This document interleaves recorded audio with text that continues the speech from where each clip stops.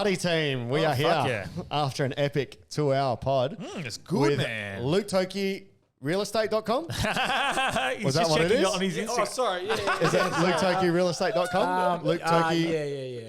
Realestate.com? No, just real estate. Luke Fuck Toki yeah. Real It's Estate just on Facebook. on Facebook. We're here he's sponsoring this episode with his, with his time. Yeah. Before we go into what we talked about, because it was a fucking epic episode. This episode almost like a True Grit episode It's fuck.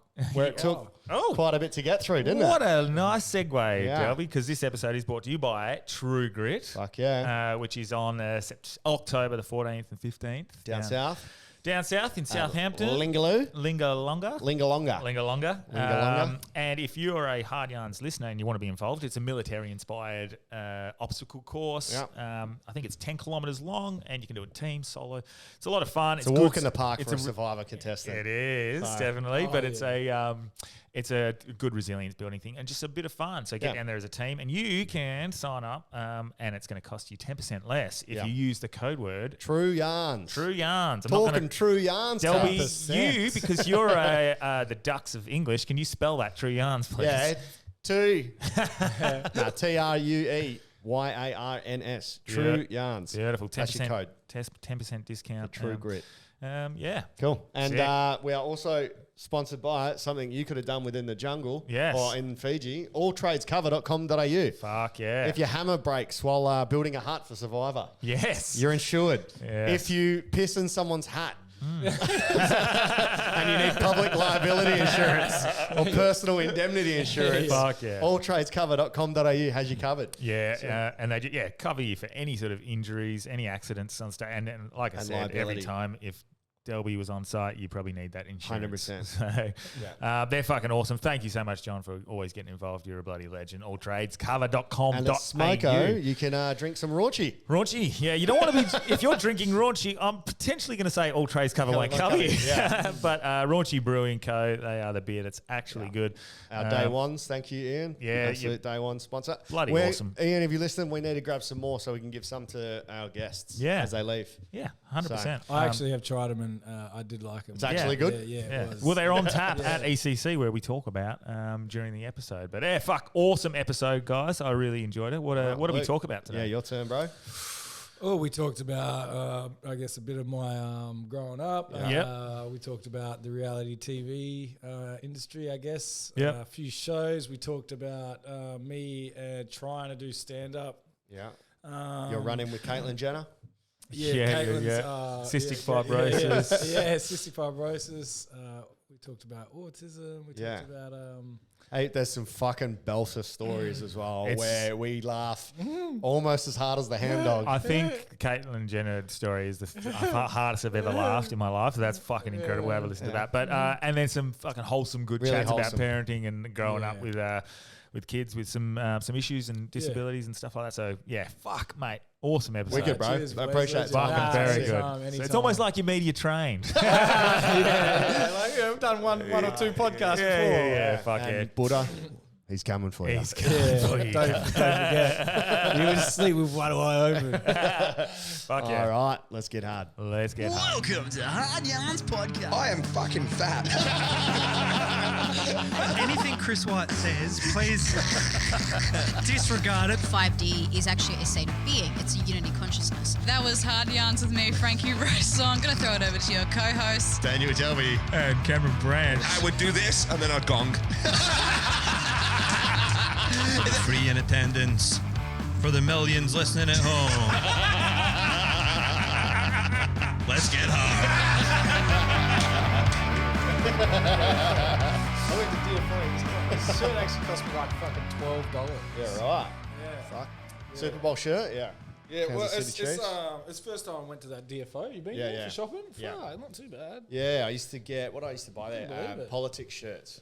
These are like $7. Politics. Walked Is this up your and they're attempted- Like $12, and I Yeah. was like, Can't go wrong. This is Delby's attempt to get. I want to get Politics to sponsor me. Fuck yeah. So if anyone knows anyone that runs Politics, because as a wedding celebrant and a MC and always on stage, I'm always wearing that shit. Yeah. So I'm like, It's good, man. Yeah. It's where when I go, I don't know if is it a good place to shop? Is it? The price suggests it. price nice, isn't it? But who knows? I mean, girls like it, I think. You have to ask the gay guys, really. Yeah, They're potentially. The ones that know. Yeah. All Yeah. right. Their opinion matters. Not. Fuck yeah. We started? Yeah. Rock and rolling. So, yeah, what's going on? Just cruising. Fuck, thanks for coming on, man. Yeah, cheers, bro. Yeah. We made it work. You know? Yeah. Yeah. We've got Wolfie and David Hughes in the other room. Yeah, they'll pop Wolfie there. giving great comedy advice. You need to get it word perfect. It's just not fun. Doing comedy's not fun. Fuck yeah. Last time we seen you was at Up and Joke, and we Was. fly out to Up and Joke tomorrow. Yeah. In Sydney. Yeah, no, that's crazy. You're doing it in a different state. It's Yeah. fucking pretty nuts, man. Yeah. Hopefully. Is it a sellout? How you feeling? Have you sold a few tickets? Or I what? sold a bit. A Yeah. little bit. I It's think- not selling as well as we would hoped. It's like medium, but It can guys, change within the last week. yeah, 100%, 100%. Because like blokes don't buy tickets until Yeah. the day of or the day Totally. before. I Yeah. think. Do you know how many people rocked up on the night saying, "Man, can I get in? Can I get a ticket?" Yeah. Or like I had probably 30 texts on the night. Yeah, always. Yeah. Fuck, man, we're sold out. Yeah. we It's not like we've been marketing it for the last 8 weeks. Yeah, but we'll still take your money. And Yeah, you can sit yeah, outside and listen. We'll just turn the speakers Stand up up. by the bar. I reckon we end up squeezing. So what was it, like a 400 capacity maybe? We And got in just under 500, I think. I reckon we got over. Yeah. Because we had like 470 seats. We end up somehow squeezing. It was a to packed get- house. It was Yeah. It was a fucking. packed Where were you, in the middle? Middle, Yeah. the front. I took my mum there because it was Sick. like I think it might have been her birthday or Mother's Day or Yeah. something like Yeah, that. yeah. What does she think? Because it's a bloke. Oh, she loved it. She Really? loved it. Yeah. Well, there you she's go. like Bring that, your yeah. mums. Yeah, she loved it. Fuck yeah. So- She's seen all of me. So Yeah. that's so fucked because I think, Sarah brought her mum as That was the well. only Yeah, part right. she didn't like. Fuck. Well, this will go on after Sydney show, but I'm doing that over there as well. Oh, yeah, God. Allegedly. Except live. Did you come to the one at Regal? Pay-per-view. Yeah. No, I missed that. I was away. I think I might have been even on a show at that time. Yeah. Oh, yeah, Yeah, right. it might have been Big Brother, I think, or Survivor. I'm pretty sure. For whatever reason, I couldn't make that one, but Yeah. that one looked mean. Yeah, it was nuts. Oh, man. it's fucking Yeah, epic. it's, Again, that was one of those They ones went where... for 3 hours. Yeah, he's got banned from that one. Yeah. Essentially. Essentially, yeah. Yeah. Yeah. It was annoying because I The tried Naughty to Boys. rebook it for something and he goes, "Oh, you were part of the Naughty Boys." Oh, Like, yeah, what? yeah. It wasn't even that bad. Like, Yeah, it wasn't that bad, man. Yeah. But have you seen Always Buddha since? downplay it, eh? Always downplay it. Trust me, it wasn't that bad. I mean, there's like photos of you with like your jocks over your head. Someone come on the seats. Blackface, we like, had- you're legit, like, you're like, what the hell? That's Frenchie pretty expo- bad. Frenchie exposed himself to a child. Jack Elephant cum. Like, no, trust me, it's just quiet Monday night. That poor Usher, I felt sorry for. She was like, what the fuck is happening? Yeah. When, I should give context. I was running, running nude down the aisle, so Yeah. that was pretty funny. But But yeah, fuck yeah, bro. Sydney's So- in for a show. Yeah, I can Fingers imagine. crossed. So I've deliberately sort of not tried to look at too much. I've just kept tracks of you from arm's length through the boys and on the news and that. Are you bored of answering questions about everything? Nah, you can. I'll rehash, man. I do Yeah. it pretty much at least 2 or 3 times a day. Really? Yeah. Yeah. Is that just at coffee shops and fucking Yeah, buffet? always. Like I try to give people the the decency of Yeah. answering a few questions, especially if they're nice and they Yeah, they're nice and You know shout what the I mean? coffee. Yeah. As long as they put in a bit of banana bread and stuff as well in my order, throw that in there. What was No. first? Was it Survivor Survivor? first? Yeah, so 2 survivors now, and the VIP Big Brother, and now the Traders, which Sick. is Alltraders.com? Yeah, that's why Alltraderscover.com.au? that's why I call myself a reality TV sleuth. Salute. Yeah, because I've been, I've done 4 now, which is most people are lucky. That's so lucky, man. Yeah, lucky just to do one. Delby just wants to do one, hey? I've always wanted to do Big Brother. I got down Yeah. to the final 10 and the final 4 before I did comedy or anything like that. And it was devastating to that much to the point where I just didn't watch it. because I couldn't get past. Oh, you got them not choosing me. Oh, you so got the dirty. jealousy, dirty. Yeah, fucking oath. But I was only a baby, man. I was like 18, 19. Because the one I watched was with when Frizy Fitzy was on it. And I found him fucking hilarious. Did you ever watch it back Because you could have been the Fitzy. Yeah. Well, who knows? I could have been off. Because I didn't even know who I was back then. Yeah, I didn't know. I have a sense I of myself. was searching myself. Yeah, I'm here to Big Brother to find myself. Yeah, righto, you fuckwit. So Next. you don't need to go in front of Australia to find yourself. Everyone knows you go to Bali. For the listeners, if you can, I think we touched on it, that Wolfie's in the background. But that's how loud he is all the time. That's just how he is. That's not because he's on the pod. It's just like we had complaints from downstairs. From Bridal. We had to soundproof one of the walls over there. Oh, really? Legit. Yeah. Soundproof him. Yeah. Just put a muzzle on him. Yeah. Just when he comes in. Oh, fuck. But where'd you go? You're going to have to wear this. Where did you go to school and stuff before we get into anything like that? Yeah, so I'm a WA boy, Yeah. born and bred. I kind of grew up a little bit in Narrogin, actually. Yeah. Oh, really? Yeah, man, yeah. And that's where... Is that the one with the big playground? Or is that Katanning? Yeah, Narrogin. The rusted playground? Playground? No. The Rusted one? Is that one? The one with the rope and the swing and the tire swing? That one? The one time. The one tire swing. Yeah, there are a couple of people who have hung themselves from. No, just joking. So I grew up in Narrogin. Yeah, long story. Spent, say for instance, till probably like year 4. And then I relocated to Rockingham. So I've been in... Rocco. Yeah. So, and then I've been there since, So I went to Karana, Warnborough High. Nice safe schools.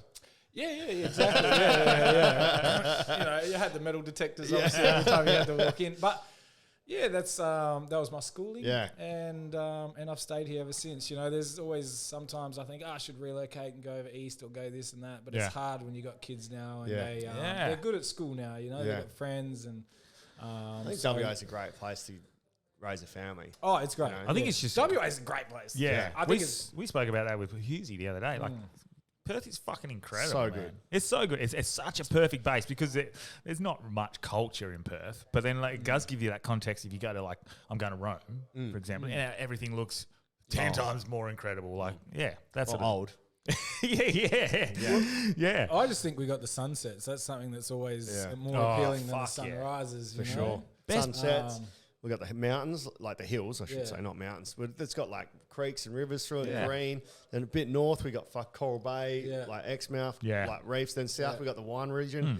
East, we've got the wine region. Like, there's almost something for everyone. And when people complain and say there's nothing to do in Perth, you're not fucking looking. Yeah. There's so much to do. So much to do. You just got to know where to go and what to see. Someone said that in the sauna the other day, and I was like, bro, like... You're in a fucking sauna for a start. Do you know there's a fucking stand-up comedy show on every single night somewhere in Perth? And they're like, I didn't know there was one. Even maybe that comedy lounge? And I was like, there's fucking 10 of them. Yeah. Even Jam Jar, collab, like live music. Look for it. Yeah, well, I was just Toki looking yesterday, last night because I was going to, I'm doing a charity boxing event in November. And sick. I was What, like, corporate? Not Corporal Rumble. Oh, yeah. It's like a closed-off event. Cool. I've been a commentator for the last 2 years, and I've decided to step up and just jump in the ring for him. Sick. Yeah. So does it keep you fit as well? Like, is that good? Well, it's kind of probably just stay off the alcohol. It gives you something to aim towards. You don't want to go to the weigh-in and it's like who's got the biggest belly. So and saying about looking for things, I was just going around thinking, should I join another boxing gym or the gym? And just stumbled across a karate dojo, I didn't go in there, I just drove past. But there's shit for everyone, you know what I mean? Yeah, fuck yeah. If you want to be like, Daniel's son, you can if you want. Yeah. Yeah, we have a lot of options here. Yeah. And Perth tourism, you can fucking clip that and use that for tourism WA. Tourism WA. We got fucking lots of shit here. Fuck yeah. But what I was going to say, putting your consciousness on the line is pretty fucking scary. Have you boxed before? I went over to Brizzy back when I was younger. I actually had 2 fights within 1 week. I was supposed to just have one and it was One was in the ring, one was the car park. Actually, that was one after the flight. But that was Muay Thai. So I just went in there and had a bit of a muck around. I think every man should, even woman, just because it does give you a understanding that you aren't amazing street fighter. Some 40-year-old dad that's been training, it can still beat your ass. Even if you're an 18, 20-year-old kid. Super humbling. Super humbling. We have been making sure that within our family, even with my niece and nephews coming up, they're probably going to have one just to remind themselves where they're at and how to. You always find a lot of fighters and stuff. There's a lot of discipline there. They're not these guys walking around town with shanks and really trying to be prepared for the worst. It's like they are happy to like Friday. You win some, you lose some, but you live to fight another day. And it's a much better motto than what else. It's out there, the streets, It's a good lesson to teach your kids as well, teaching them to have the power to use it and then the discipline not to. Yes. And I think that's pretty important as well.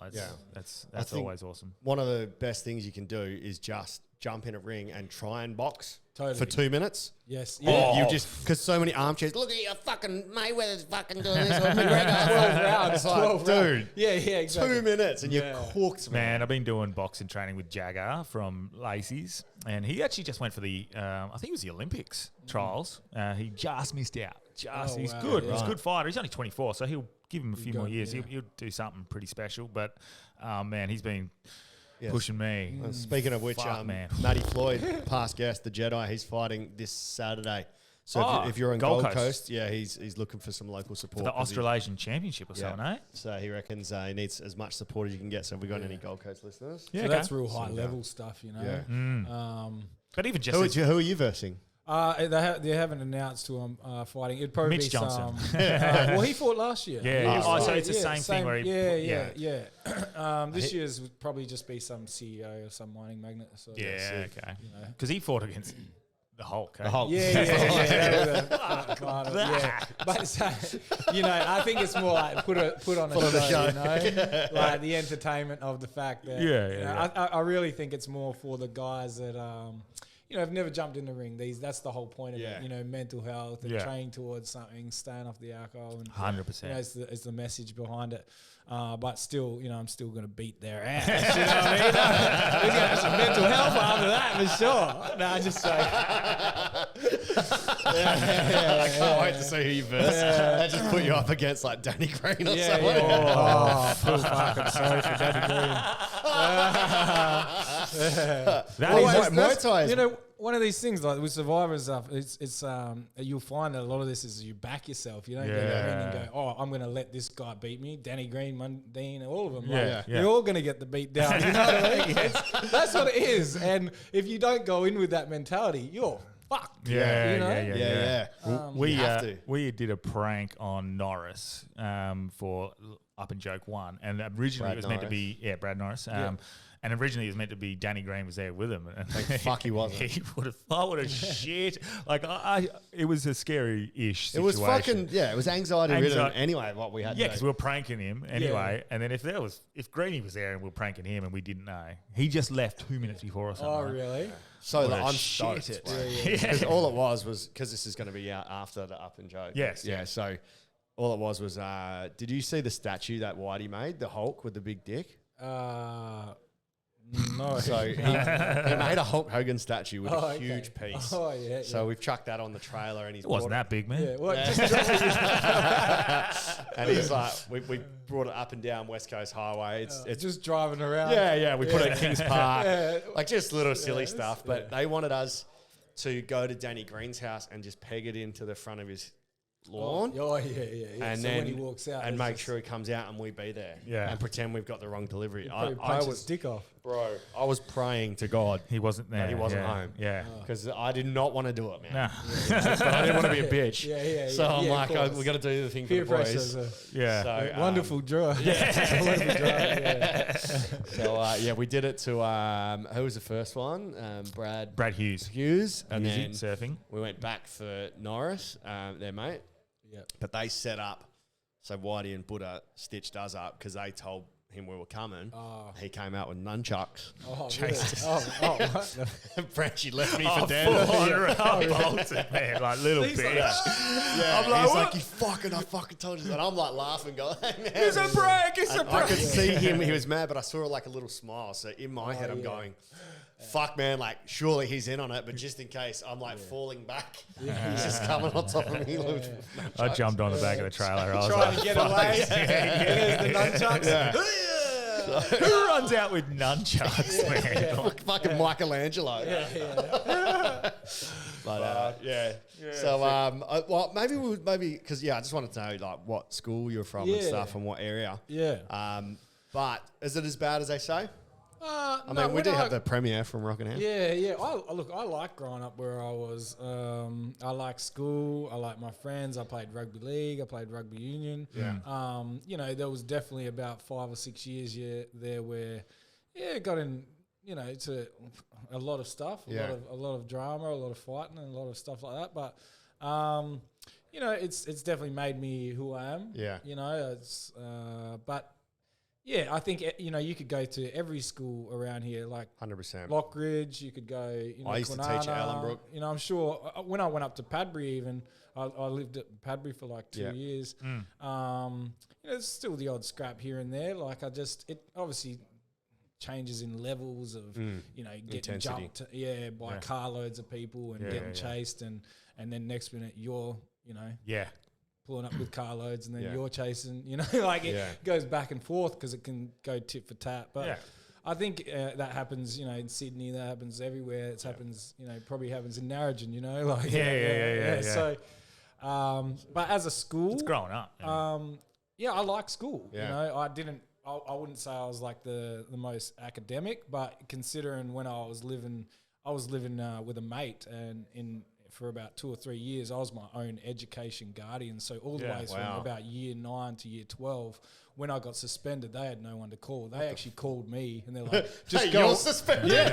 Because I was the number on there to call. So because I was living I lived at multiple people's different houses. That we actually used to say we should make a show called Squatting with Luke Toki because it was just like me staying at your house for 2 nights, staying at somewhere else for 5, staying at another Suicide place. Squat. Yeah, and it'd make a great show, you know, because it's just like, I was just constantly like eating Did you everywhere. just say Suicide Squad? Yeah.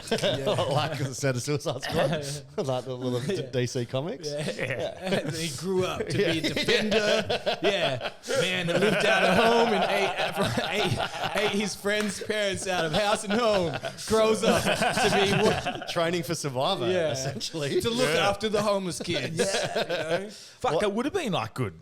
So was that because you did you run away from home or you had a bad relationship man, or I anything? had a stepfather that was like, because I only met my biological father when I was like 27. Wow. Well, randomly calls me up and he's like, "I'm your dad," and I was like, "Hang up on you." Like, I hung up on him, How's that, man? That's fucking intense. We've never spoke to anyone that it's happened a before. long Was this after like Survivor and stuff? This was.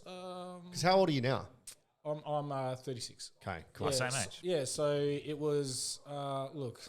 It was. It felt like I legit was growing up with Jake the Muss as my dad, you know. But it was a stepfather. Yeah. Was he Māori as well? Have you got Kiwi background or Māori? Australian, full Australian. I haven't done a ancestry.com, but I can imagine there's probably something in there. You know, but if I had to put my money on it, I'd probably come over on a boat. Like everyone else. This is Australia. But I never really cared about. It was actually especially throughout those years, I actually never cared about history or my past. I always felt like who was in my life was family to me, and who was looking after me and who kind of took me in and blah blah blah. But throughout those years, I obviously just had a stepfather. He was okay for about a year or two, and then shit turned sour. He obviously started becoming really domestic, and one thing led to another. I decided to leave home because it was that bad. It's all in the papers at the moment as well, so it's kind of on topic. Dude, All the DV stuff. So a little while ago, we did with the Survivor boys, asked to do like an 8-hour challenge, and we did this thing for goals to raise some money. And I got to choose a charity, and I chose Zonta House, which is a women's refuge. Yeah. Because like that situation has been a situation that's helped my family in times and whatever.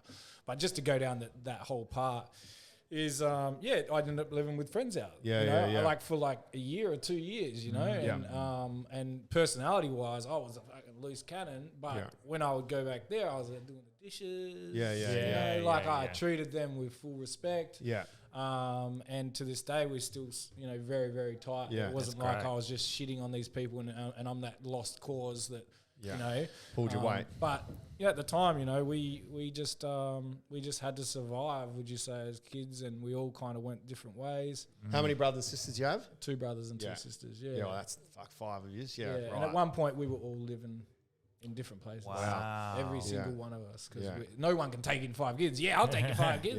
Just shit hit the fan for a few years there. Yeah. My mum did something pretty similar. I had about 7 or 8 different kids live with us over the years. Same situations. So. And and that's what you do. You just do what you need to do. But irrelevant of that situation, we just kind of worked through that. And then did any of you and your brothers try to get your stepdad back or anything? Like, was there resentment? We bashed him a couple of times. Yeah. Well, and he got us a couple of times. It was like, because as a 4, what were you, 15, 16? Yeah, there was. It's pretty scary to go up against a full-grown man. Yeah, and he was a big boy. You know, it actually was even it's a story, but it's like a situation where we were even playing rugby one time, and we walked off the field in front of like a couple of thousand people and ran up on him. And started double teaming him. In our rugby, because we were just dirty on him. You know? Yeah, right. But like Jake the Musk got up, shook it off, and had some words, whatever. But it's just, I have no I've seen too much of someone's personality that I don't respect that person ever going forward. So there'll be never any reconciliation or anything like that. That was just going through a tough time in my life and just dealing with what it came through. But do you look at someone like him and go, what sort of pain and suffering had he gone through to make him want to do that or take it out on you and frustration? Is it hard to drugs. Drugs? Yeah, I just think drugs. People go down the rabbit hole and they try to, I think in their mind they try to think they're doing good, but in the end it's like, it's just DV, people just, and it happens. You'd be surprised while you're laying in bed and you're sitting there and it's like raining last night and you're nice and warm and you're watching Netflix. I can guarantee you somewhere there's a woman and a kid probably walking in that rain because they're trying to escape a bad situation at home. Like it happens so much. Like I can guarantee probably the coppers that have to deal with this, DV stuff all the time. Yeah. It's fucking shit as well. As a man, as a fucking proper man, you shouldn't be subjecting anybody. You should be a protector, not but it's so hard because everyone's personalities and life's changes. There's always. Well, not everything's complex, super complex. You can never judge one. You went through a divorce, but you can never judge one side because there's 2 sides that make a story. So it's just it is what it is. You just kind of go through it as best you can, and hopefully that you come out the other side even better. Yeah. Because a lot of people become what they see, or they do the opposite. Yeah. Yes. And the idea is you should always try to aim for that point. Yeah. And that's what I do with my parents. Like I might see some real incredible positives in my parents that I want to take on, but I might see some negatives, and I'll be like, that's what I want to avoid, and that's what I want to take on. So I think you do that with everyone around you. You know what sucks is when you find yourself doing that negative trait that your mum or dad or whatever, and you see it, and you're like, and you look back on it, and you go, God damn. I do it all the time, still do. Catch my. It's I think a bit more conscious now, consciously aware of can't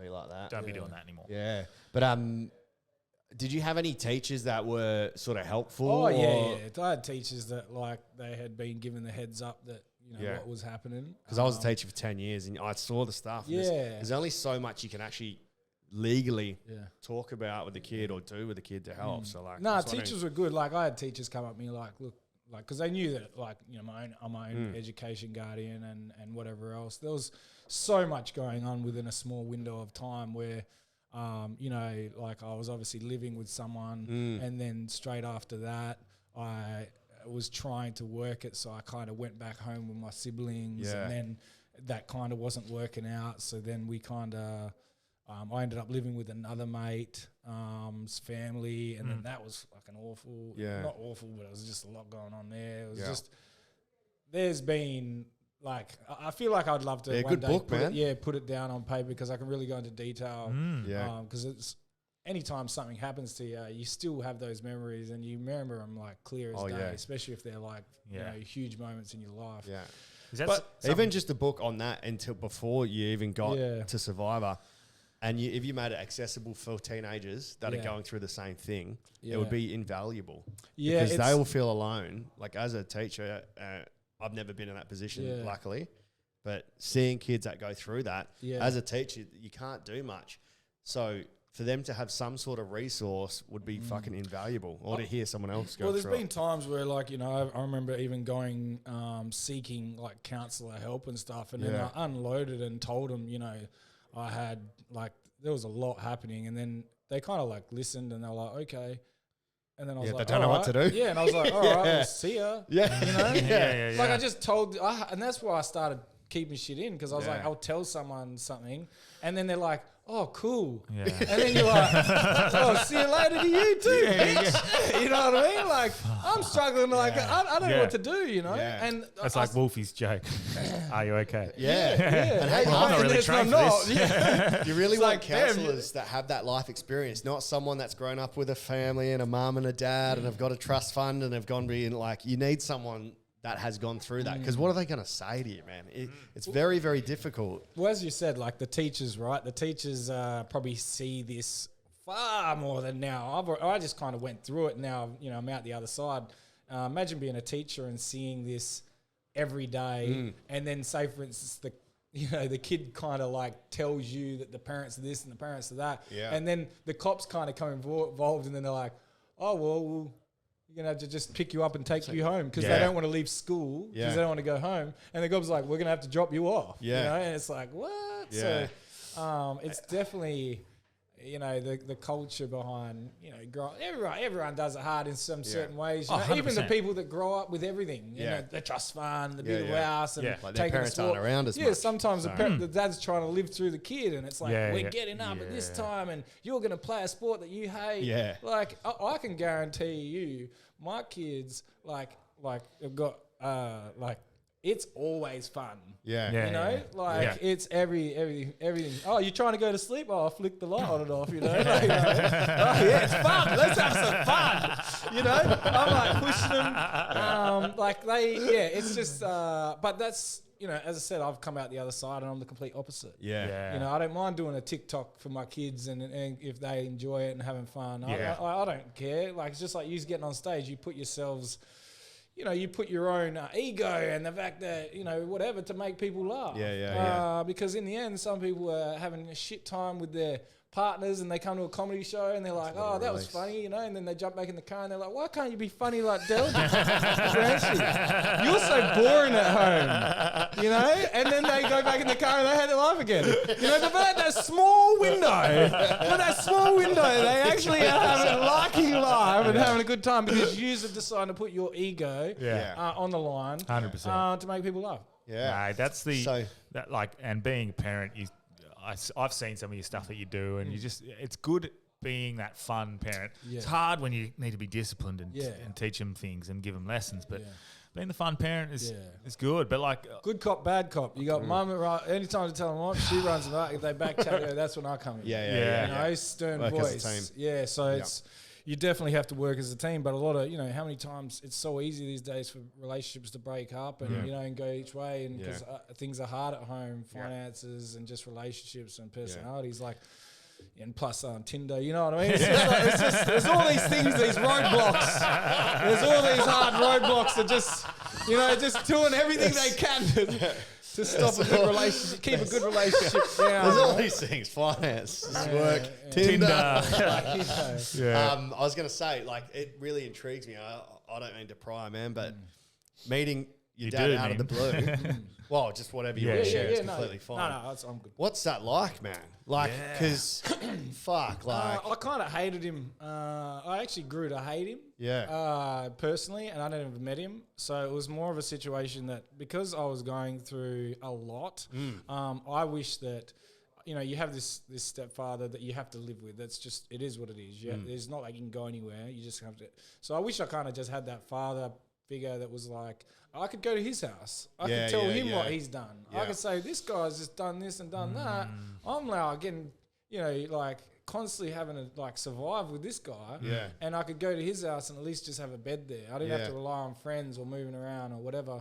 So kind of, I was like, fuck you, you know, you went missing, you know, and I know, because I know I would never go missing. Yeah. Like, if my wife went and got another man, like, he's going to have to deal with me like everywhere. Shit on rice, you know? Like, I don't even know, is that a saying? But I would, depends how he wouldn't be able to breathe because, like, you know, I'm never going to go in a band and go somewhere else. So I was kind of like upset for a lot of those years. And he was around like before you were born or as you're born? Yeah, he was 4 or 5, so he kind of like just disappeared around when I was year 4. Oh, right, so you sort of knew him, but not really. Yeah, like it was like a face, you know. I see some photos, you know, blah, blah, blah. But, you know, that's just running away with 5, you know, but whatever. He took off. He had his own reasons. When he called, I just kind of like, it was, you know, I just hung up on him kind of thing and was like, I got nothing really to say to you. Like, you want to come whirling in now? I'm like, I've come 7th on Survivor. Oh, so it's after no, you. you're not. No, I don't even know. Actually, might have been after the 7th, you know? Yeah. God. Nah, I think it might have been beforehand. I get my times and dates mixed up, but it was... yeah, you know, I kind of rang him back actually after a week later. Yeah. I let it simmer and I thought, okay, I'll ring up and just see what this guy wants to say. Did he explain himself at all, or? Yeah, well, I had two things. I was like, one, don't ask me for money. Yeah. If as soon as he comes in, I'll probably slap him, whatever. Yeah. And the other one is don't talk shit about my family or whatever because you haven't been there. Yeah. You've been nowhere. Yeah. So when he didn't do those 2 things, I was like, all right, I'll listen to you. Yeah. So I went and met him. First thing he gave is to one of my sons a little present. Was a little guitar. Yeah. And you know, I don't know. I just feel like he was nice. He sat down, had some tattoos with all our names on it, told me a few stories, how we'd give him a knife for Father's Day and he dropped it down the drain and he spent all day or 2 days trying to get it out, you know. And you know those drains, they're hell annoying. Eh? You know what I mean? Like, you drop your phone down and you'd be like, oh, this is bullshit. If I ring the council, go get an Allen key or something, you know? Yeah. I don't know. Yeah. Look, long story cut short, I met him and then he died. Like, so he rang me because he was dying when I worked it out. So, fuck, man. Yeah, so he died. No, it's all right. It was a stranger, you know, to me. But in saying that, is there some sort of like, as much as he did to you, some sort of peace, knowing that maybe? Well, I just want to know what I look like when I get older. Fuck.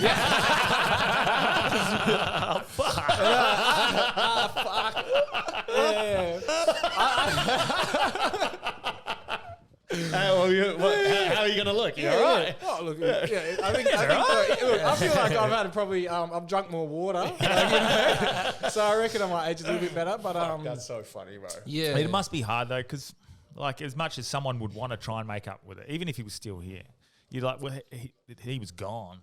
Or anyone was gone when you needed the man, when you needed the father. Yeah. Oh, well, that's why I wasn't gonna never give you everything of me. You know, it was like I'll meet you face value. What I did do, but is because I just realized he was dying.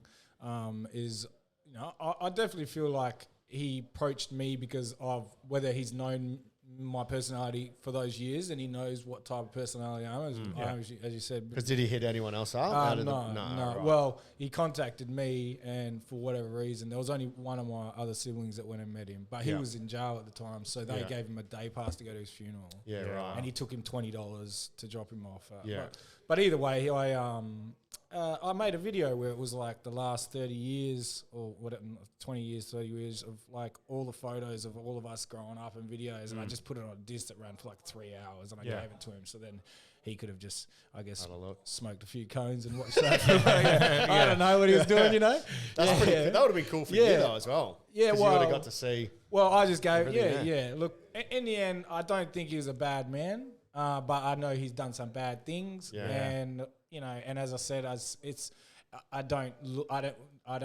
you don't give a father that title of dad anymore. It's now just his first name. But it definitely, for whatever, you can never run it back. But you can definitely, there's that human decent. I wouldn't do that for my stepfather. He can kiss my ass. I have absolutely no love for him at all, and that's just making it full clear. Because now I'm a young buck, and you become an old man. So smoking. It's fool. like when I was younger, I felt like I was a little kid. I had no power. But now.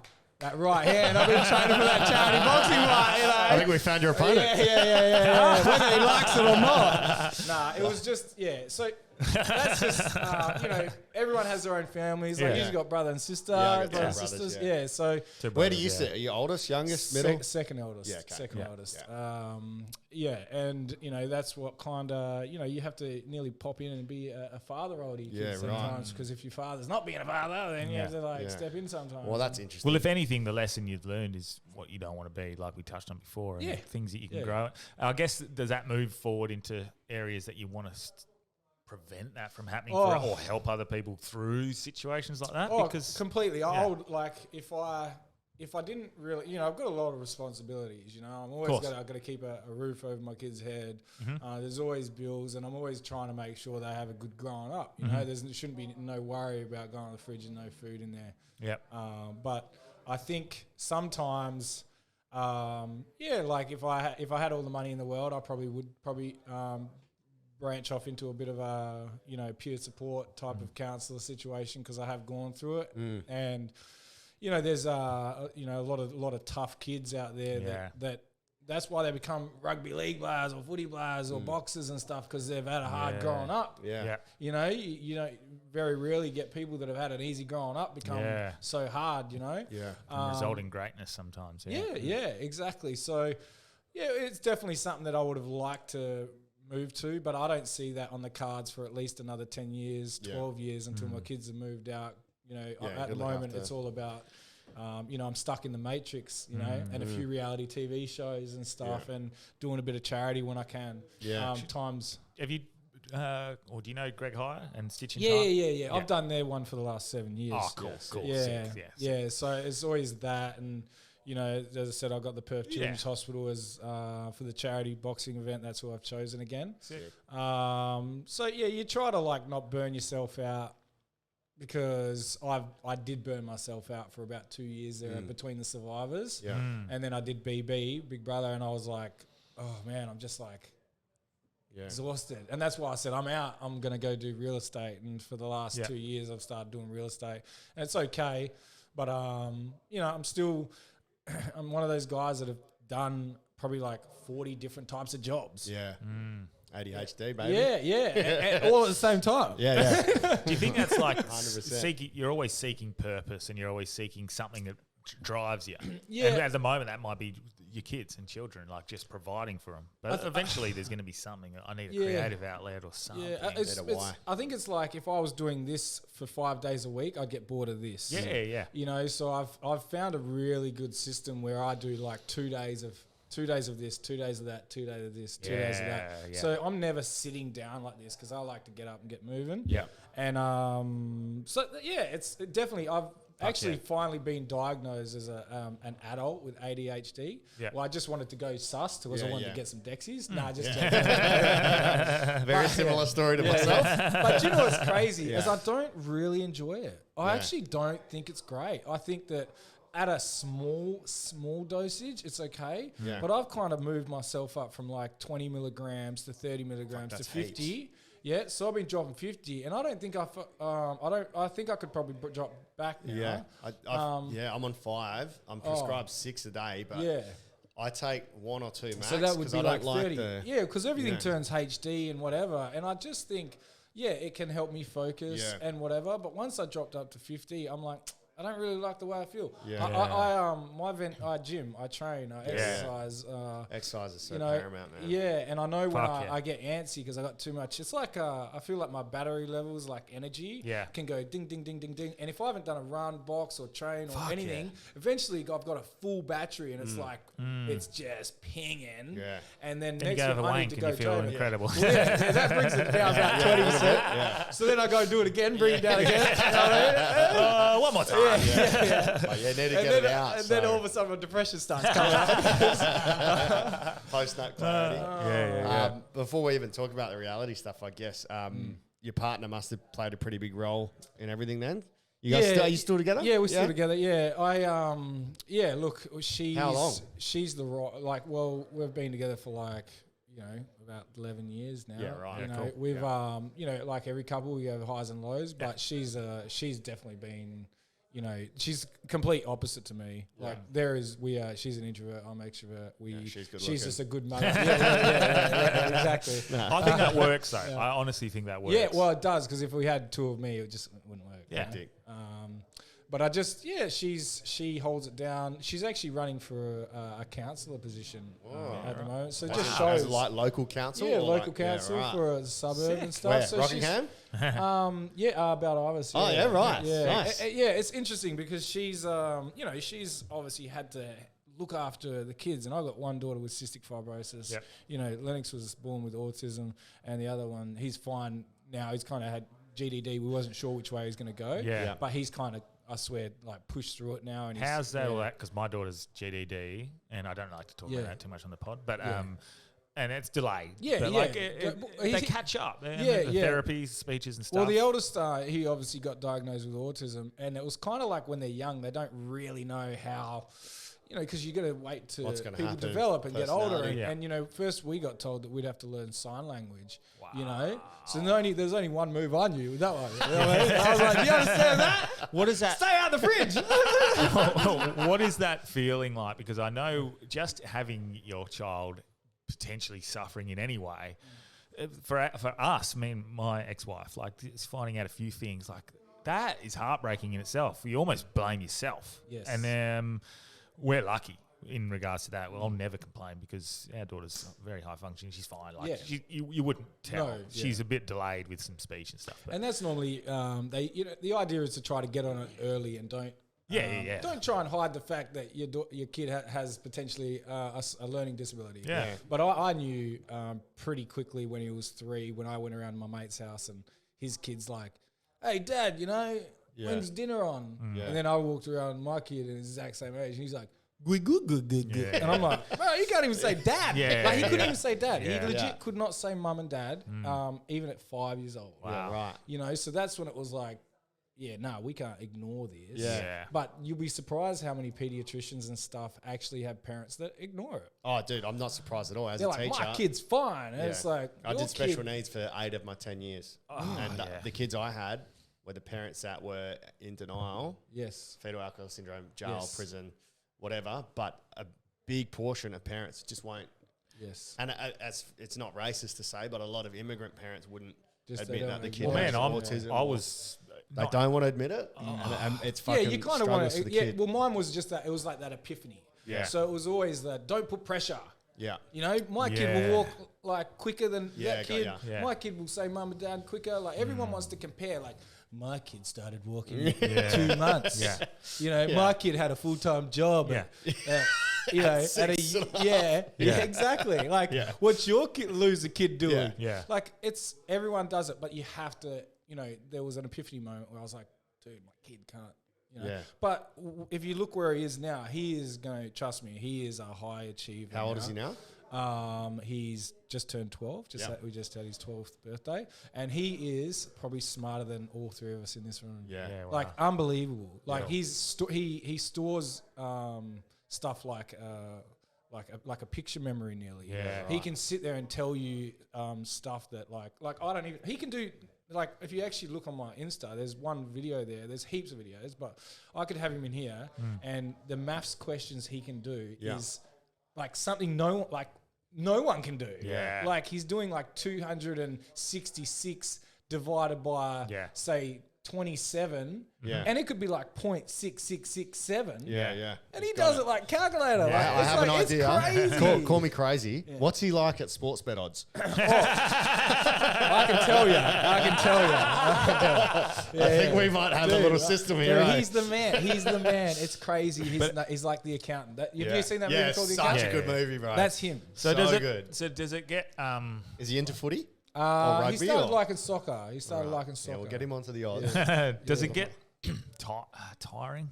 Like their moment, because I know, like, and again, I'm not putting my my daughter in that sort of category, but it's still challenging, and it's still like there's therapies. There's all these. The daughter's the worst. The cystic fibrosis that's way. Cystic fibrosis. Way worse. I think I had a kid with that at my school. Is that where the lungs are infected? Yeah. Right. Yeah, I had a girl, Abby. She was beautiful, amazing kid. Nothing wrong, like mentally. No, you see it, you think, it's just a physical, like not even a disability, illness, right?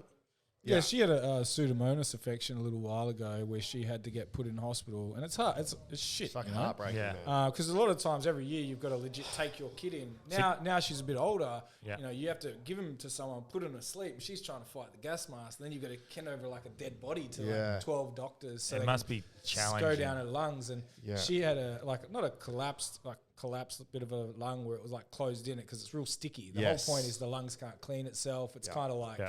So is it the alveoli or something? They get a mucus around it. Yeah. And it can't. Yeah. So she's just it's just the daily therapies. Yeah. You know, and do you know what? Like as I said, I'm the breadwinner. Like I just try to keep the funds coming into.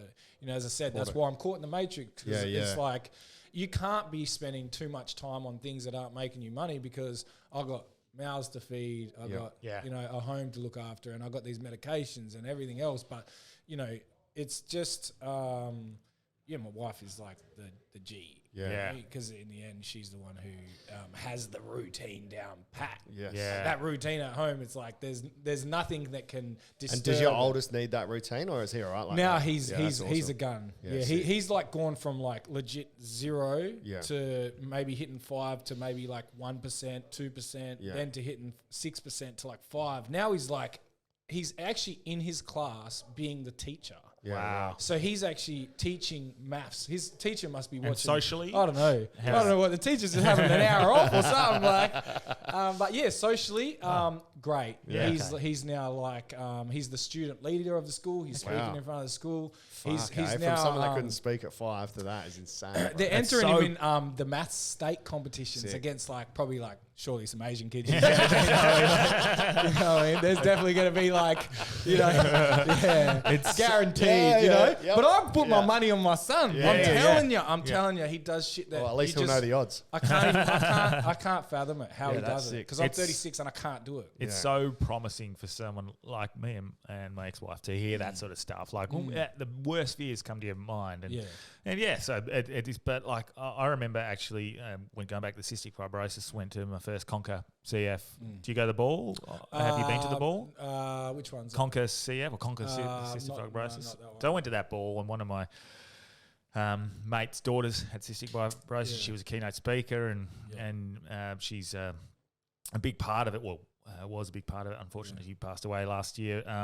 But hearing about the daily rituals of what the parents have to do and the undertaking of what you guys have to do, that's a fucking lot, man. And well, you kind of. I think the hardest part is you never know what the final outcome is, right? So that was the first time she got admitted for 2 weeks was kind of like a gut punch because you took her in. They put the camera down her lungs and then they've gone, yes, she's got a Pseudomonas infection, which means that down the bottom of her lungs it had actually closed up and was sticky, and they need that to open. Yeah. Because the longer it's closed, it's kind of like an infection starts. Yeah. So the idea is once they realised that, we actually needed to go to hospital and she had to, stay there for 2 weeks. Yeah. And so it was like I was working and then going and sleeping in the hospital. So then she was getting smashed with antibiotics 3 days a week. And she looked healthy. Just like, what? Like, how's this thing? And Pseudomonas is kind of like, I think it's like the mold that grows on say bananas and apples. If you leave it out too long, that really... Yeah. And if you don't want that to go run wild, because the only way to kill it is she's on antibiotics all the time. Yeah. So imagine she's 4 years old. She has not come off antibiotics. So scary. So, if you get a cold, you go on antibiotics for like 6 weeks. Yeah. She's on that All the time. every day. Is there any way to boost that naturally? What is the prognosis now? Because I think it's like they say health and fitness, we've got a pool that's like a little bit of like salt. So it's like constantly in the pool and holding your breath and breathing and like, the physio, we got to like tap her back like that.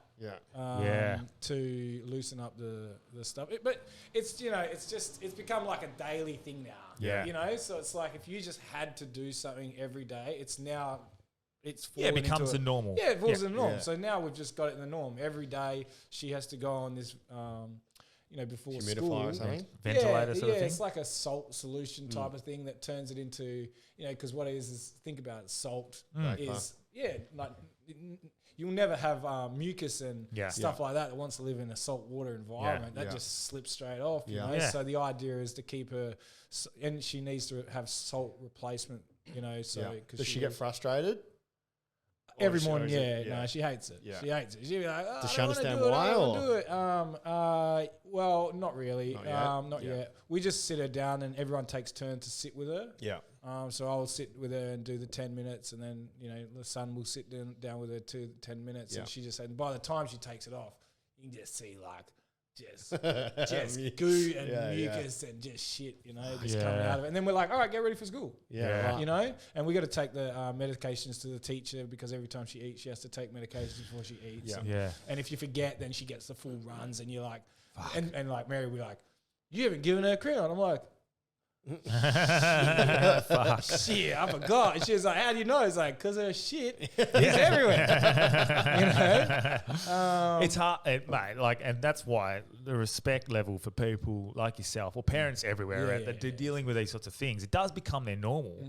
And when that's their base level, you it's not much to complain about. You have this sort of contextual sort of. It's like when I talk about doing the sauna and putting yourself in hard situations. Fuck, that's not even hard. That's really hard, and that's why I'll never complain about anything like that because fuck, you see parents doing this stuff as their normal. Yeah, I think it's definitely that window. You can tell your kids, especially if you've got a good household. Imagine going through a DV or shitty household that the parents ain't doing what we're doing. We're doing everything like to the T that the doctor says. I can guarantee you, like at least over 50% of parents probably ain't doing what the doctors are telling them for the cystic fibrosis kids because it's so demanding. And how do you do that and live your life and pay bills and everything? Like it's such a hard thing to maintain, and that's what it is, right? Routine.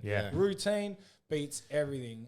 It's just what is Mike Tyson says, like once the enjoyment or whatever finishes, it's like discipline over takes, I can't even remember the quote, but you kind of get the It's like the Wolfie one, word by word, it gets boring. It's not fun anymore. 100%. That's just, it is what it is, cool. We've just... Fuck, massive respect for you, like for that. So that honestly, I didn't know about the cystic fibrosis thing, so that's... having seen it firsthand from a very close friend whose daughter was doing it every day, and I used to just look at him in awe.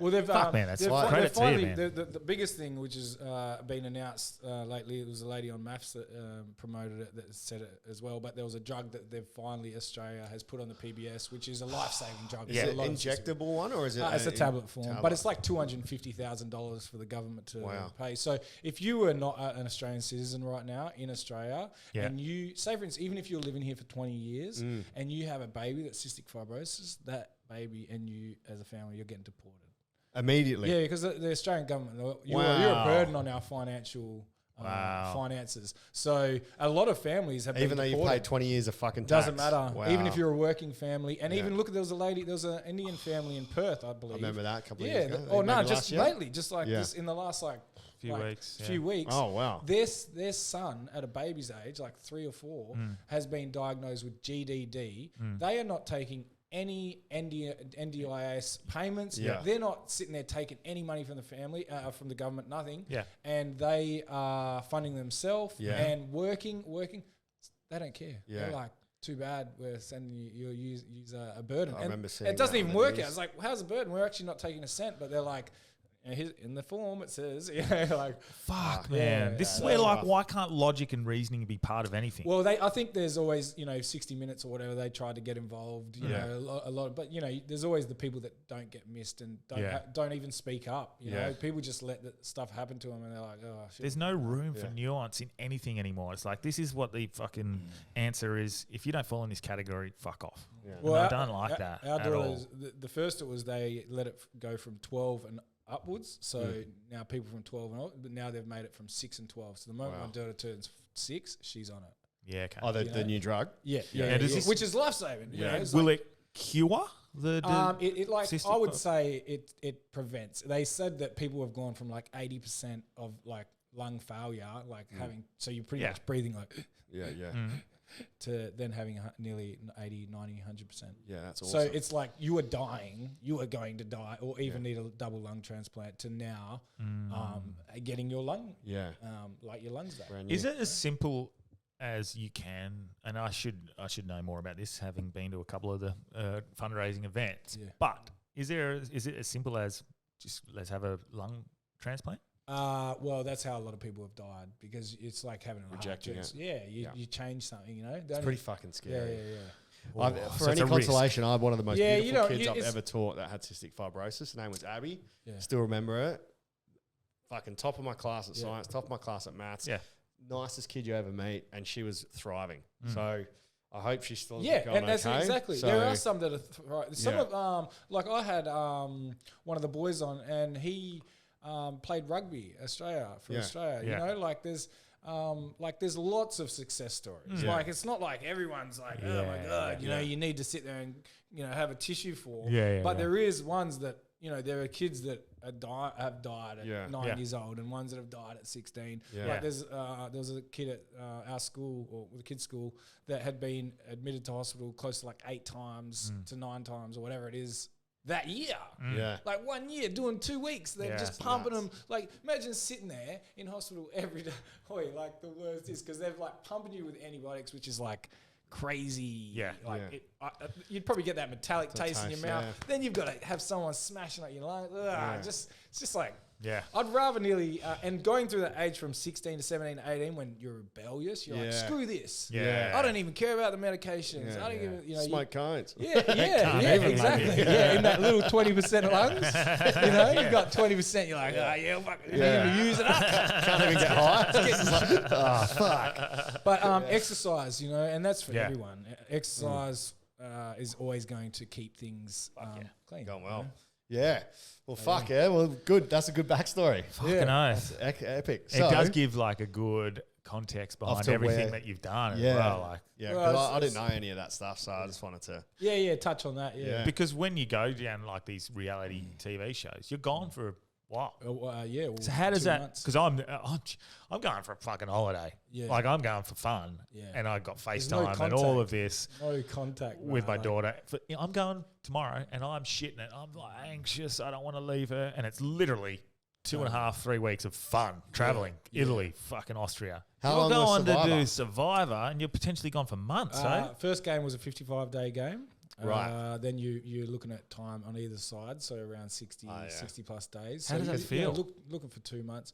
It's such a when they're in the game, it's like I'm competitive. Yeah. So it's it's a good time. It's a tough time. It tests your character.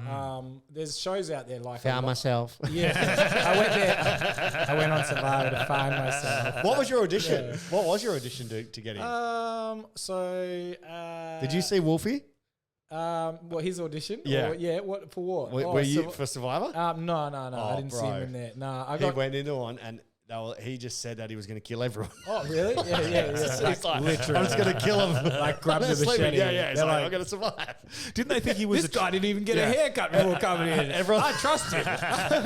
Everyone thought he was a plant. Yeah. Like, he was going nuts. They thought that he's there to test them all. Yeah. So what was your audition? My audition was... so from day one, it was... First I seen it, then I decided... I reckon I'm good at this. Yeah. I applied, just never thought that I'd get on. Got on. The audition, they just put us within 20 people. And I don't know, I just kind of was like, exactly the same as that, but without saying killing people.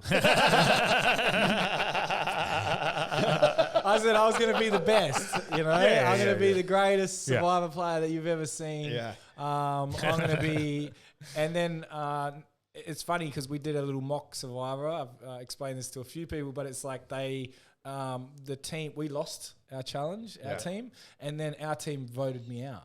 Yeah. And then they legit got all 40 people to kind of leave the room, and then they pretty much said, yeah, we want you. Yeah. What? Yeah, and I was So like, you well, got I voted out and they wanted you. And I thought there Were was you no held Devo because they voted you out? Like, yeah, I was. Yeah. Yeah. I was like, yeah, screw you. Yeah, you know? fucker. And then, Do they vote you out because reason- you're a threat? Threat? What? You don't know the reason?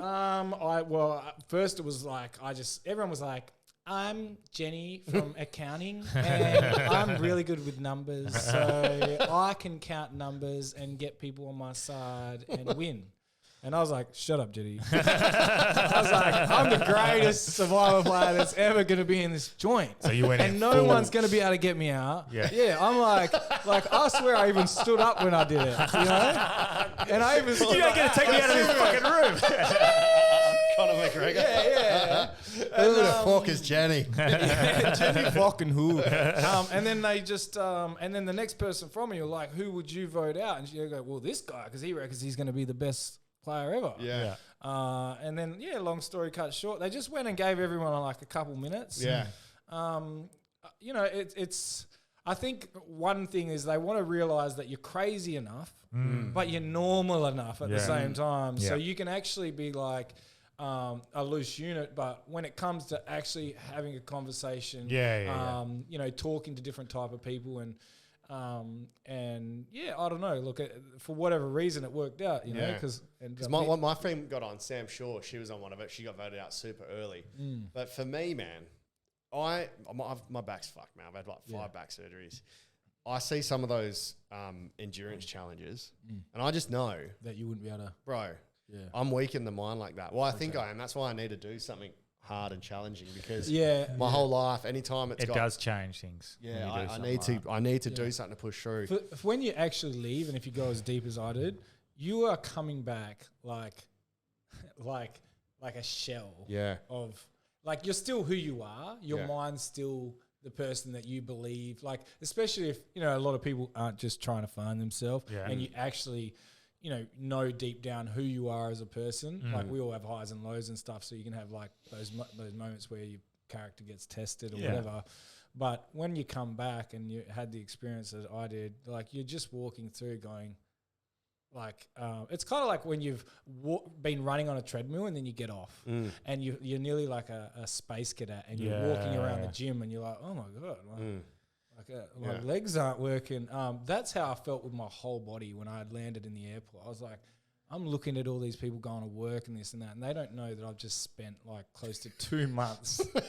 You know, fucking jungle. All my mates, as I said, like thought first time they would realize now if they see me that skinny that I've gone and done Survivor. Yeah. But the first time I ever did it, no one knew I went away for Survivor, so everyone thought I was full crackhead. Yeah, right. Everyone thought, oh my God, Luke's gone back to his 18 years again. But it's not the case, you know. It was just the fact is I, really went out there and tried to give it more. How much weight did you lose? Roughly about 14 on both shows. Wow, 14 that's kilos. insane. So, when did the hunger pangs stop? After 2 days, or always hungry? No, always. Yeah, you're always kind of hungry. You know, it's like you're in you're always doing that 16-hour fast to some degree, even when you put something in. Yeah. But you'd be fine. You know, the food things, it's tough. I think the weather's obviously the worst. I just know what it's like when it's wet playing footy and rain. Yeah. I can't imagine trying to fucking sleep.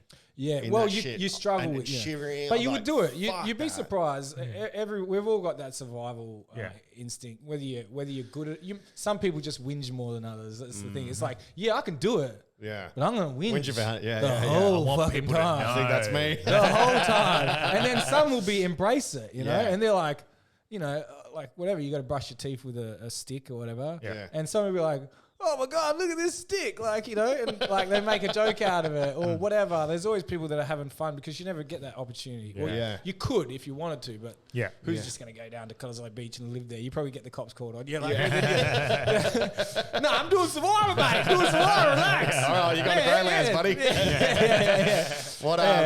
5 days in. But it would change you mentally. You'd be so much more mentally stronger now, just from that. Well, and you've I think I already am, but that's what I'm saying. That's why I did it. Well, that's why I did it. It's not nothing to do with my mental game. I know I'm already mentally tough. Like it's definitely from not the that. backstory we just heard from when you've grown up. That's why like, it all comes from that. Yeah. Like, you know, as I said, there's a few stories there. Even when I was growing up, man, like one of the houses that I stayed with, one of the dad was like trying to get me to do like, he was just, it turned real fucking weird, man, you know? And then you're growing up and it's like, you got people in your life that are trying to take advantage of you because you're a kid and shit as well. Like there was like some weird shit going on. Yeah. And it's just like through characters and meeting people, I just have learnt that give you a cold years, hut in the rain any day over that. Yeah, 100%. You know, you just realise that not everyone's shit people, but there is definitely shit people out there. For sure. You know? Is it nice to sort of be away from everything as well? Like, I know there's cameramen and stuff. But it is nice because you're having these like conversations that last, you know, say for instance 6 hours sometimes. Like you're sitting on the beach, like talking. There was one of the guys on there named Baden, and he's like, you can tell he's got definitely like some sort of like autistic trait on how he, you know, he's a super smart guy. Super kind guy, but he just reminds me a little bit of my son. Like there's just something quirky, you know? Yeah. And we would have, you know, 6 hours of just chatting. On the one topic? Just on Transformers? About stars, holding hands.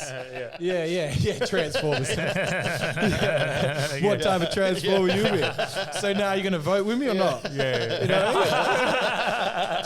But those moments where you get to speak to a doctor, you know, for 6 hours and talk to them and speak to an Olympian. Yeah, that's a cool. Water polo Olympian. Yeah. And you're speaking to adventurers and you never get that opportunity. Yeah. Like I was just came back from Traders and I'm in a room with, you know, Guyton, which played, you know, Carl Williams on Underbelly. Yeah, right. And there's a few other guys on there. Now Sam's lived with Jake Paul and gone and done a lot of social media and stuff like that. Like everyone's done something throughout their life that's extraordinary.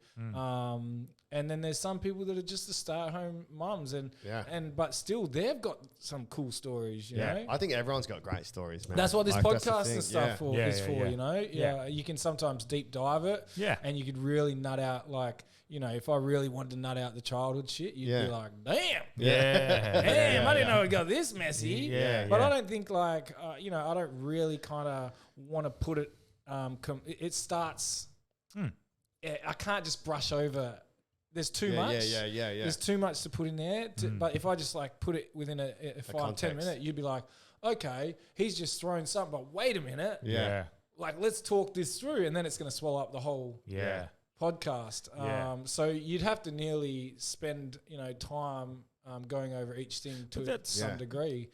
Because you got your own podcast. Well, we were, but it's just hard, as I said. Like, you know, I'm stuck in the matrix, so I've kind of got a lot of these these things that I've got to do.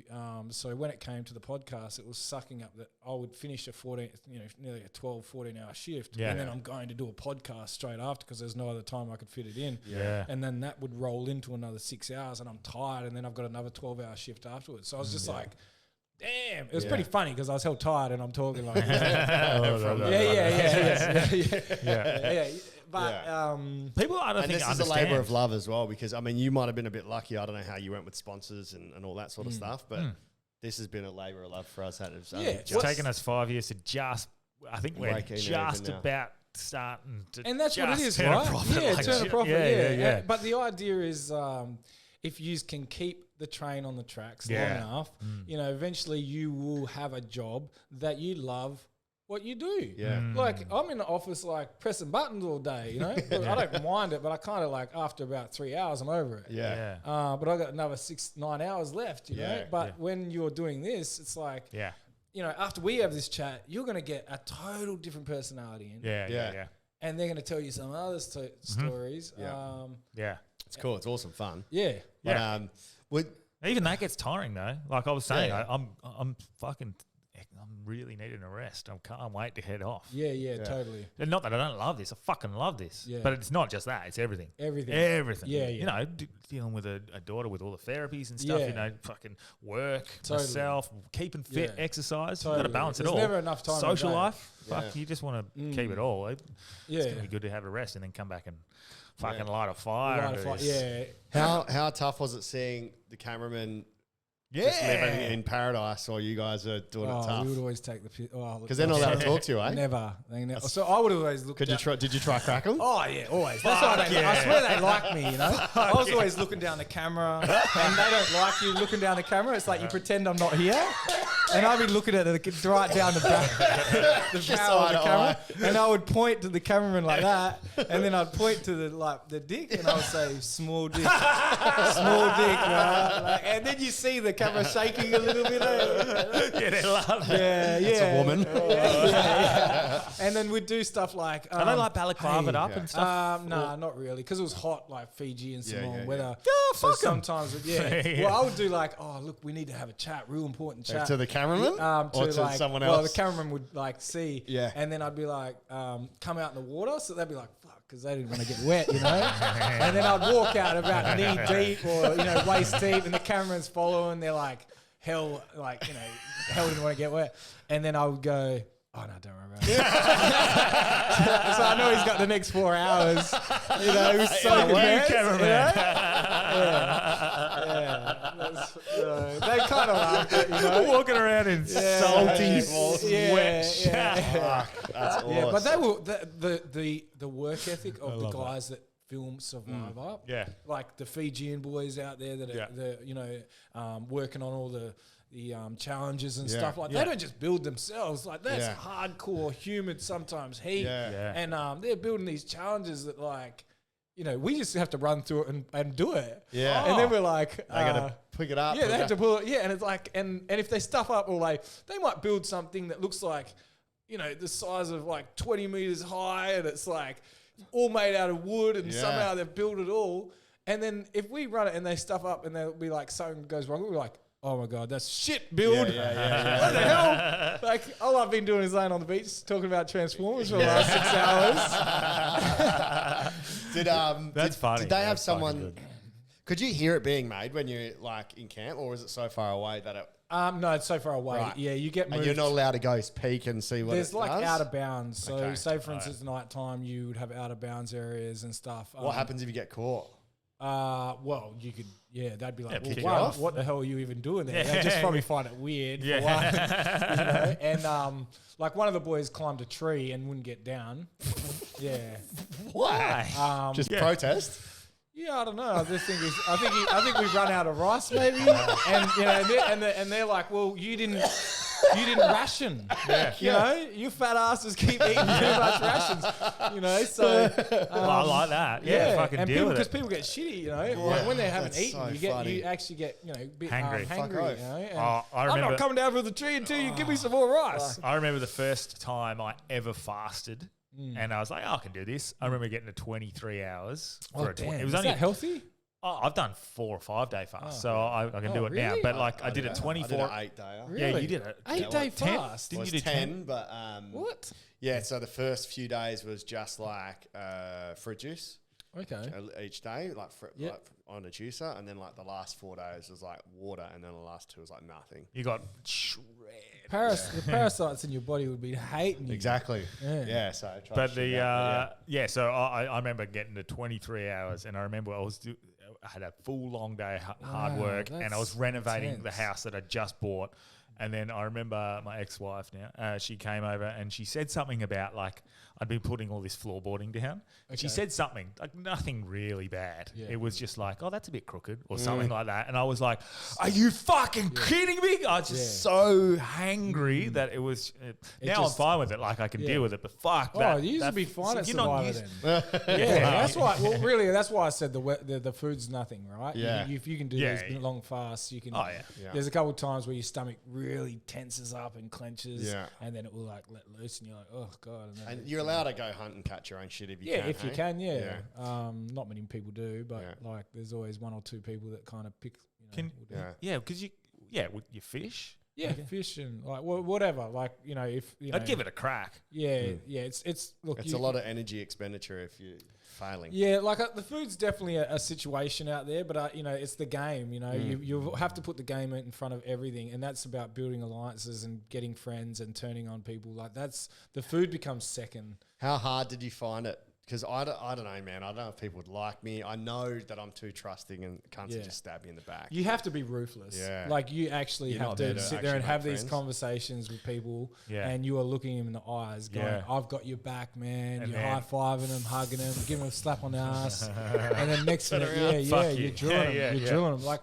there was one of the ladies, and some of them are like kind of fun, people. but... Yeah, I was sleeping like...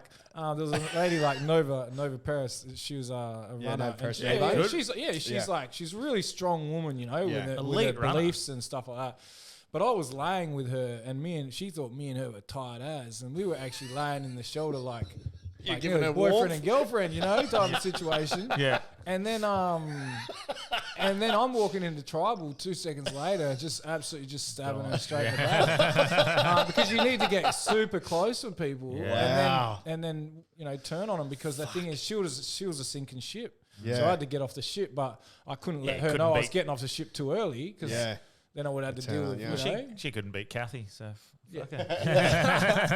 Kathy's a beast. Who were you most surprised by in the celebrity version?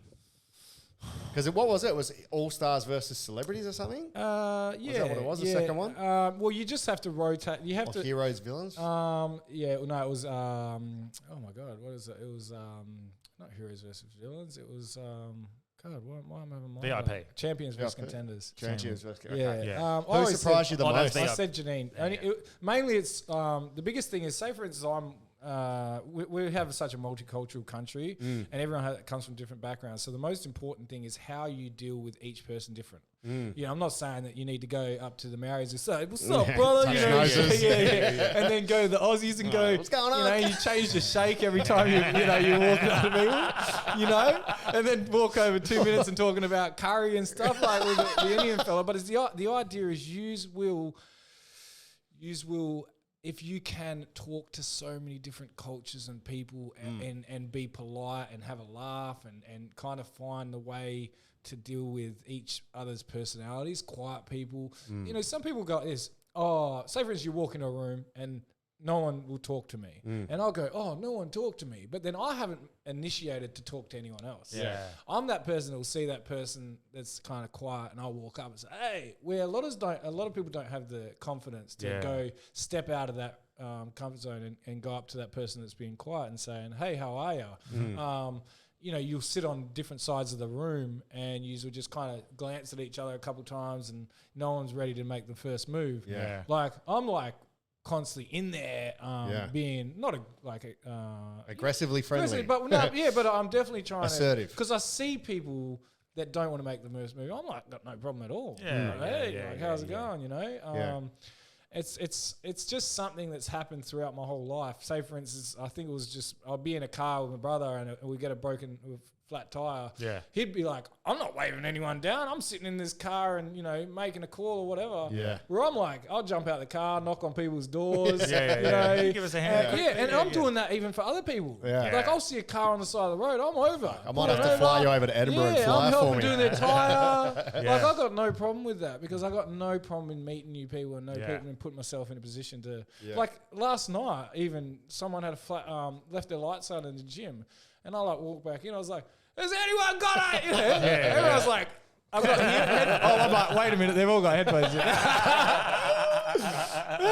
And then I was like, fuck them. Who did surprise you the most out of the celebrities, in quotation marks, or the well-known people? I think, look, they all do in some sort of, they all do in some sort of way. Obviously. Did anyone disappoint you?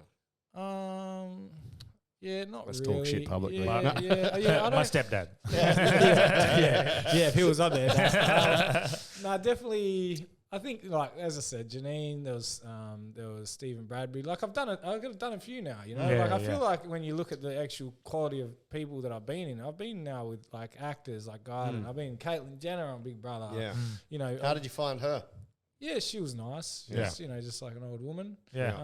Then there was like Meghan Markle's brother. There was Tom Markle. That was interesting, talking about his sister in America and how she's with Harry. And and did you find that situation. what he says is different to what gets reported? No, I think I actually got him to apologize to his sister and write a letter to her on BB because I was just like, family's family, he's obviously taken another turn now, like screw her because there's. And so he's just on her case. But I like Tommy. Tommy's good. So, I could say that his missus is probably good as well, or his sister's good as well, but I never met her. But you only have so much time. And sometimes on these shows, people are definitely putting on, their best version of themselves, But in saying that, if you spend long enough time with someone, you can kind of work out, like on the Traders, I was able to work out who the killers were. Tell us about that. So what is that, traitors or traders? It's called the traitors. So you're a traitor. You're not a trader, taking rice and stuff over. I tried to explain it to Delby. It sounded like the mole to me. Yeah, so it's like a murder mystery. The idea is they'll pick 2 or 3 bad guys, would you say, that they actually get the advantage of every night they get to meet, talk about a strategy on how to kill the good guys. And the good guys they make friends with. So naturally, if I've got in there and I've made friends with you, you don't believe that I'm a traitor. You're not going to want to get me out, but actually I'm trying to constantly take the piss out of you. I love that, man. I would froth this. That's why I was saying you'd fucking love that show. Yeah, so they really got a whole lot of players on the show that technically they are in industries or professions about how to read people. Yeah. You got psychologists, you got police officers, you've got like I was Survivor contestant. I actually thought they were going to make me a traitor, a bad guy, because I like, they're lying to people and being conniving and blah, blah, blah. But they made me, I swear. Has this debuted yet? You're allowed to say? Yeah. It's on. Yeah, we're on now. The finale is actually Sunday. Okay. So.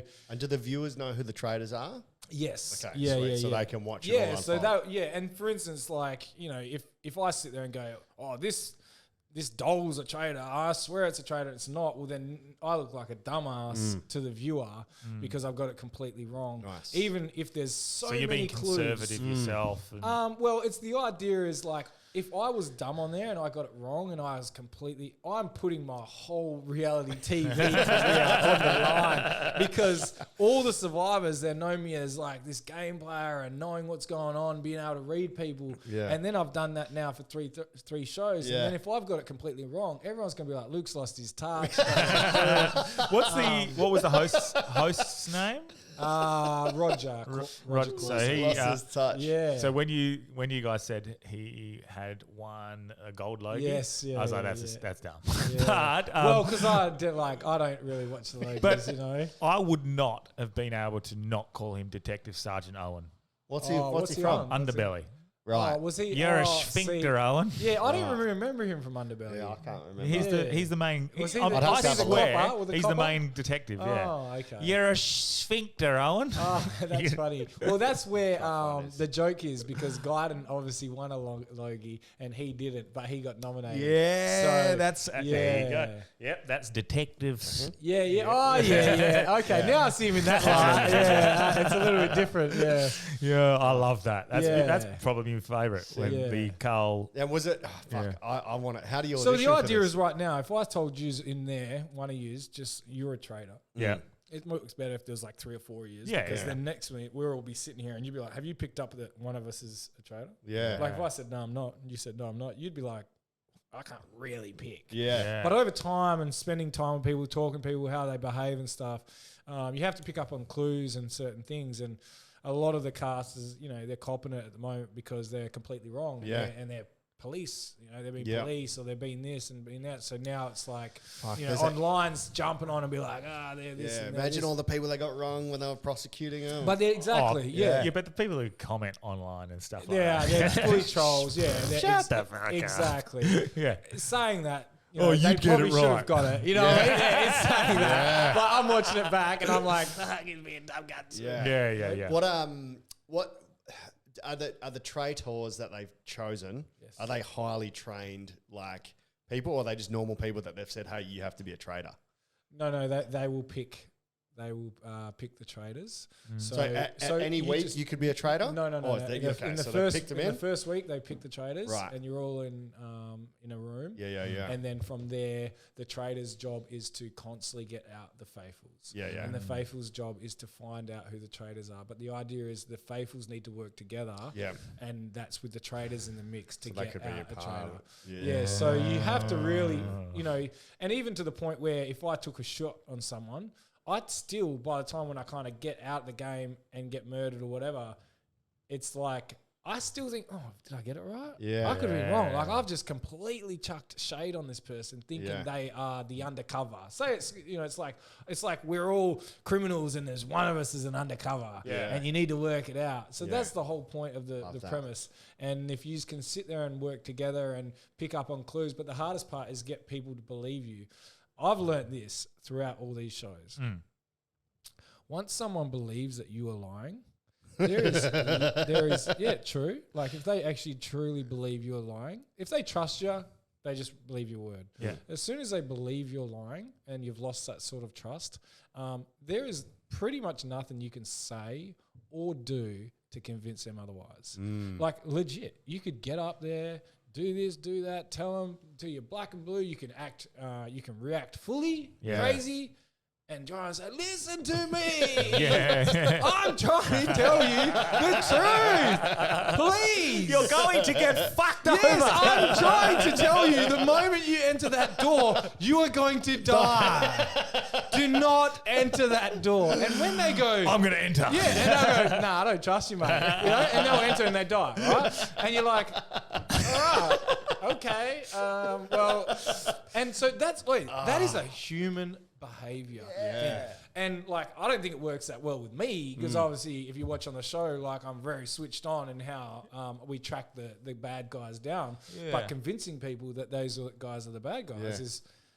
Now, are these people deliberately leaving clues or the producers leaving clues? No, or is it no you? clues. Okay. There is no help just from trying to anyone. figure it This out. is you just figuring it out. And I guess if you are a trader, you would be trying to suppress your true self as well. So you'd be picking up on them trying to they're suppress constantly themselves. changing their behaviours. That would be very, you know? very difficult. And when you are completely right and then you try to convince someone and they don't and then you get eliminated from the game or whatever, it's like, and then to now watch it forward and I'm like, oh my God, how could they still not get it? Yeah. You know? In saying that, the people on the show, very lovely people, Yeah. very nice people. They got it wrong. In every time this trader show is presented to the public, you are always going to get winners and losers. And that means that you are going to look like the dumbest person on earth to Australia. Especially the way. And we call that married at first sight. Yeah. That's all losers. Yeah, all losers. Yeah. This has like a couple winners in it. You know what I mean? No, just joking. I think like when you... That's so cool though. What a fucking great way to make a living. Trust me. And that's why this show was a little bit easier than Survivor. You know, you go away, they're serving you food and, you know, they're looking after you and really it's just a head game. I wonder, and I'm interested, because you do a lot of these reality TV shows where cameras are almost always rolling. Yeah. When I'm sitting at home and you always have that Big Brother feel. Do you ever get that Big Brother feel? Someone's watching you. Someone's watching you. They are. That's the government. When you're jacking. Swear someone's watching me. I'm just trying to get my battery down. I'll even do something and go, just in case, like maybe I should do the right thing or whatever. Like it'll keep me accountable. Yeah, it's Jesus. It's called Jesus.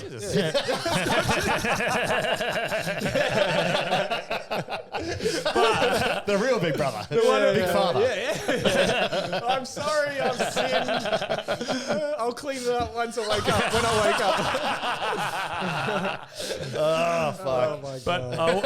What is it? It's like boys. Can you jack off in the Big Brother house? Oh. Or would you had to go jack off free? Nah, none of the shows, Well, you know, I'm sure you could, like, you know, but you're conscious. Was probably what if you need a feed? No. Yeah, well, Traders was too bad. You get put in your rooms, so like you're in your rooms a good 70% of the time. Right. just because the game's not always going with Survivor. Are you being filmed in your room? 24/7. Yeah. Not all the time. Cool. It's just So you can just secluded. Yeah. I've always thought if I was on Big Brother, if I was going to fuck anyone or jerk off, Yeah. I would just get naked, Yep. everything. And do it. Just do it because they're not going to show that. They can't show that on TV. Yeah, but they'll probably go like, you can't do that. Like, It's other people living here. yeah. Yeah, but They were like, all right, we got someone's not getting rice tonight. I'd probably go But to no, it. more throw that Big out. Brother, more Big Brother, where Yeah, they try well, under back the in the covers, day- people know you're fucking. If you just go all out, they're not. They can't show you fucking. Yeah, oh, totally. balls out. Yeah, so back in the day, they had a X-rated version. up- yeah. up so, late, yeah. So the yeah. turkey slapper was one of my mates that I went to school with. Ah, yeah. What's his name again? Ashley. But his name's yeah, Michael. Yeah. Yeah, and he's that situation happened, and then obviously Big Brother got cancelled. Yeah. They brought it back. They decided not to run with the X-rated version. Yeah. This, even this one, it's like you would go to the toilets, and the toilets were that's the one area where it's not. There's no video because they don't want to see you chucking a mad bog. Yeah. And also because Caitlyn Jenner was in there. And because everyone used to, Big Brother actually put me in a room and never got played. I thought it would be funny. Yeah. I actually think it was funny because I think even she would have laughed at it, Yeah. because she's funny, Yeah. She's like takes piss out of herself as well as I love that. realizes Yeah. on what type of impact she's had in Yeah. the world, really, But like Big Brother pulled me in the side, and the guys and girls were arguing outside about someone pissing on the seat, and someone goes, "Who?" Big Brother goes, "Luke."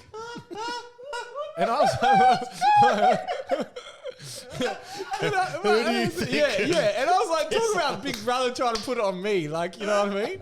Like, I was like just chilling out, making some Vegemite toast, and I wasn't even trying to contribute to this. And then he's like, Big Brother Luke, could you please come to the diary room? I'm like, oh yeah, sweet, yeah. I'm down there. I sit down there like, there seems to be a lot of commotion going on in the Big Brother house. Someone's obviously been using the girls' bathroom and been peeing on the seat. And I'm like, all right. Who could it be? Yeah, who do you think it is? And I was like,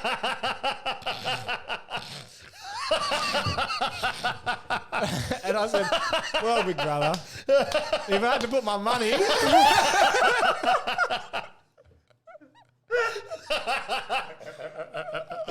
I usually said, nah, but then I said, nah, look, I'm sorry, Big Brother, I'll start using the boys' toilet. Was it you? Yeah, Oh, that's fucking hilarious. Funny, Fuck. And they didn't make it? nah, they didn't. Oh, And I was dude, like, that's TV classic. gold. Well, that's going to make it to hard. Oh, that's for sure. fucking hilarious, bro. Fuck yeah. Fuck. I don't even know what I was going to ask before. Oh my You god. get so many moments. Like, Yeah, there is yeah. so many moments on TV. There was one stage, look. Now You we're could going make down that a the- great we're going down- stand-up Oh, bit. I've got a few there. Fuck Yeah. no. Oh. One time I stole someone's one of the boys on Survivor. He had like a who wears those things? They're like a visor. Yeah. Yeah, like had a visor. Like a Ned Brockman, Yeah, like and he visor. loved it. Yeah, loved it. Like a it was his visor. Floggins, was like you know, David Floggins. Yeah. Yeah. And I stole it one time because I know he wanted to try and get me out of the game. Yeah. So what, you stole it hoping he wouldn't vote you out? No, because it was a very public, Okay. like, I'm Yeah. going to get you out, you're going to get me out, but in the meantime, I'm just going to steal your vote. In the meantime, I'm just going to fuck with you all Yeah, life. and obviously because Survivor gets filmed 24/7. Yeah. I was sitting there at night time, and I put I had the visor, and I put it in a jumper, and then the camera people were videoing me, and I was like, Andy, stop it. So you see the hat just because he always wears the visor. You're making him Yeah, give you a and bench. I was like, I'll keep you in the game, bro. I promise I'll keep you in the game. But that's another thing they couldn't play. And that's just Yeah, for, yeah. who else knew that was happening? Just you and the just cameraman? me, yeah, That's- and one of the other boys. that's so so so there's fucking always funny. like lots of funny stuff that doesn't. Make And it. that's what I was That's getting such at a before. shame. But he was you're good. good. Sorry, let me finish. This. Yeah. Just cut. Yeah. Hold up, mate. Good, No, good, just good. joking. Just joking. No, he obviously we had to give his visor back. Yeah. And then because in that meantime I gave him my hat, and I said I didn't steal it. So I gave him my hat to wear. And then eventually I gave his visor back, and he gave me his hat back, my hat back, and then just as he walked out, he's like, because we voted him out, he's like, I pissed in your hat, and I was wearing it. I was like, good one. I smelled it, and I was like, put it back. I was like, yeah, I already stink anyway. That's so fucking sorry, keep funny. going. No, that's good. But that's what I'm getting at. Like, you're constantly on film. Are you constantly like at points where you're bored? You're like, I know someone. Fuck with someone. That's me. Every day, if I'm feeling bored, I'm like, even if it was detriment to my game, I was like creating something. Yeah. I heard you were the nice guy, man. Oh, I'm the nice guy. Like I what do you mean? Yeah, I'm the nice guy. But it was like Camera goes off. because it's fun. It was like never like. There's a difference between being rude and like if it happened. Like funny games. If it happened to me, I laugh, right? Yeah. So I kind of feel like, don't get me wrong, like it's not. Like, I'm not trying to bully anyone, but it was kind of like I was just having fun out there. Yeah. And what's the problem with a hat getting stolen? It's not like, what's the worst? I'm not sitting there, trying to degrade someone and have a massive bit of golden. entertainment. A bit of entertainment. And they surely either use it or they don't, Turkey slap. Yeah, well, yeah. There's always that line, pulling your pants down and wanking or something. It's just That's frowned upon. it's definitely frowned upon. So you try to have fun out there, and most of the times that's why people keep you in, because they know we've already got 50 days. This is a slog. Yeah. And there's no one wants to sit around 5 or 6 or 10 people that are just straight up serious. all the time. Yeah. Fuck that. I reckon I would be, if I had the energy, I would be doing shit like that. I love playing games. And that's what happens, right? You lean into people's fun side. And that's how I was always able to build alliances. I was like, look, let's just vote off old mate that has not smiled once. Yeah. But how could you be like, maybe in Survivor I can understand it because you're going through challenges, but like in Big Brother. Well, it's probably expectation versus reality. Big if you Brother's think it's going to different. be something and you're in there and you're fucking hating life. Yeah. Okay, good point. So how Big Brother's different because you're fed and you're nourished? It's totally, I think there's definitely, how I felt was a lot of people kind of just, they were already personalities. It's great playing with people that have just come back. They're just the first time on their show. They're so excited. I'm excited to play with these guys. Yeah. When you're on Big Brother, it was kind of like I felt like someone. There was definitely like I'm someone. Yeah. And I have done this and I've done that. Yeah. But in saying and that, were some of them there for the paycheck as well? Just 'cause look, everyone had their own charity. Yeah. Everyone probably had their own reasons, but it's just like everything. You can't get along with everyone. Yeah. Right? There's people that dislike me and hate me. And there's probably just people that dislike you guys, Yeah. There is lots. But that's right. So you have personality clashes, and it could just be a moment. It could be a situation. Obviously, that situation you're turning on people, and they take it to heart. Everyone takes it different. Once you start getting into the game of All Stars and even like a lot of the friends on Survivor, we can stab each other in the back on the show. Yeah. As brutal as it can be. And laugh about it. Go, you got me. You got me. It's like chess, right? Because we're playing a game. We're yeah. gamers. Yeah. Where some just play with their emotion and they don't think about anything. But I'm playing this game completely truthful. Like Stephen, Blackie. He is like someone that just tells you,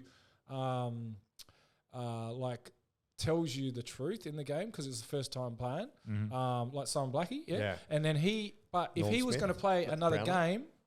Now, he would play totally different. Yeah. Because he's seen how brutal and, how it works. and because how it works. It's the idea. It's like some players haven't even entered the game. And the players will realize who hasn't entered the game because they are just so emotional. And they tell the truth on everything. Yeah. I've had times where I'm sitting, as I said, having a 2-hour conversation with someone. We're just lying about everything.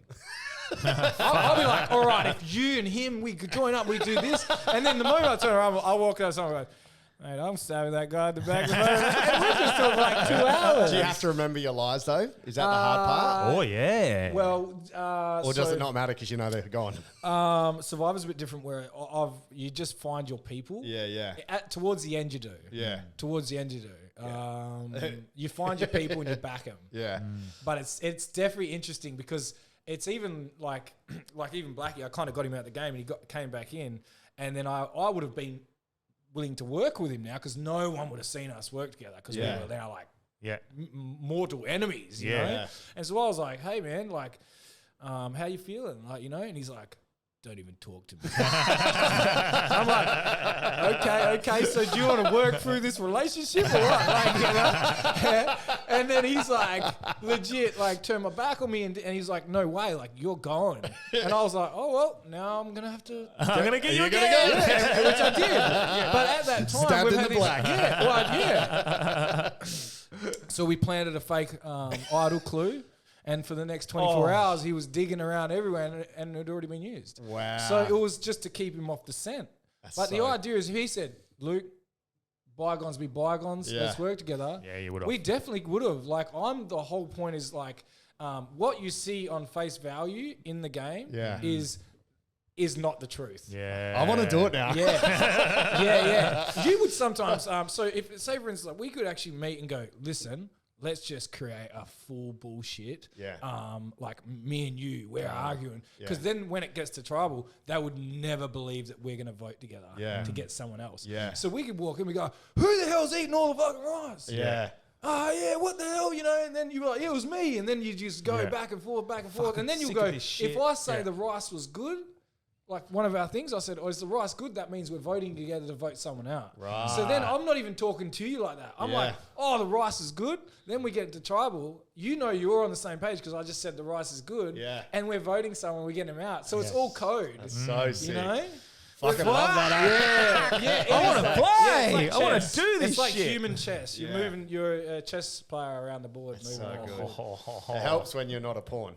Imagine the person eating the chat. Imagine the person that wasn't involved in the rice is good. Like, and he's eating it, going, I reckon it tastes like shit. Oh, shit in the rice. It goes back to that saying that we made up earlier. Exactly. Yeah.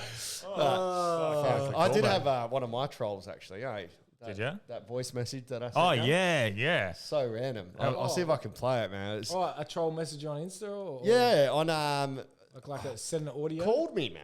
Okay. I put an advert up for a Gold Coast teacher comedy night. Okay. Got an email and then got a call from some guy. Anonymous? Yep. Private no. number? Left his name and everything. Oh. What's this? Go fuck yourself, you low-life dog cunt, you pathetic fucking piece of shit. Fuck you, you're not even funny, you cunt. Look, he's not lying. So, he filled in a contact form on my See, website. people hate us. His name is Andy Belotus. He left his number, his email. How did you hear about me? Facebook. Have you searched him up on LinkedIn? Yeah. Where's he usually It gets work pretty for? hectic. Well, he works for... I don't know if you should go into this. I won't go into it. I'll maybe Patreon only. Yeah, and I'll tell you off the pod. Yeah, all right, Yeah, because it's pretty fucking hectic. Yeah, because a lot of people, they'll screenshot those messages and they'll chase them down. And well, I'm going to Queensland next week. He might be at the event. So... You might even come to it. Well, I might go see him. Oh, yeah. Andy? And go, listen here, mate, I am funny. It really hurt my feelings. The other stuff, I agree with. But don't ever attack the fact that I'm not a funny bastard, all right? Yeah, that's where I draw the line. Yeah. You know? I am a shit cunt. I am a dog. I am a lowlife. But funny. Now pull your head in. Come and watch a show, you fuck. I want a public apology. Or at least a little audio apology to the Sabre Cup.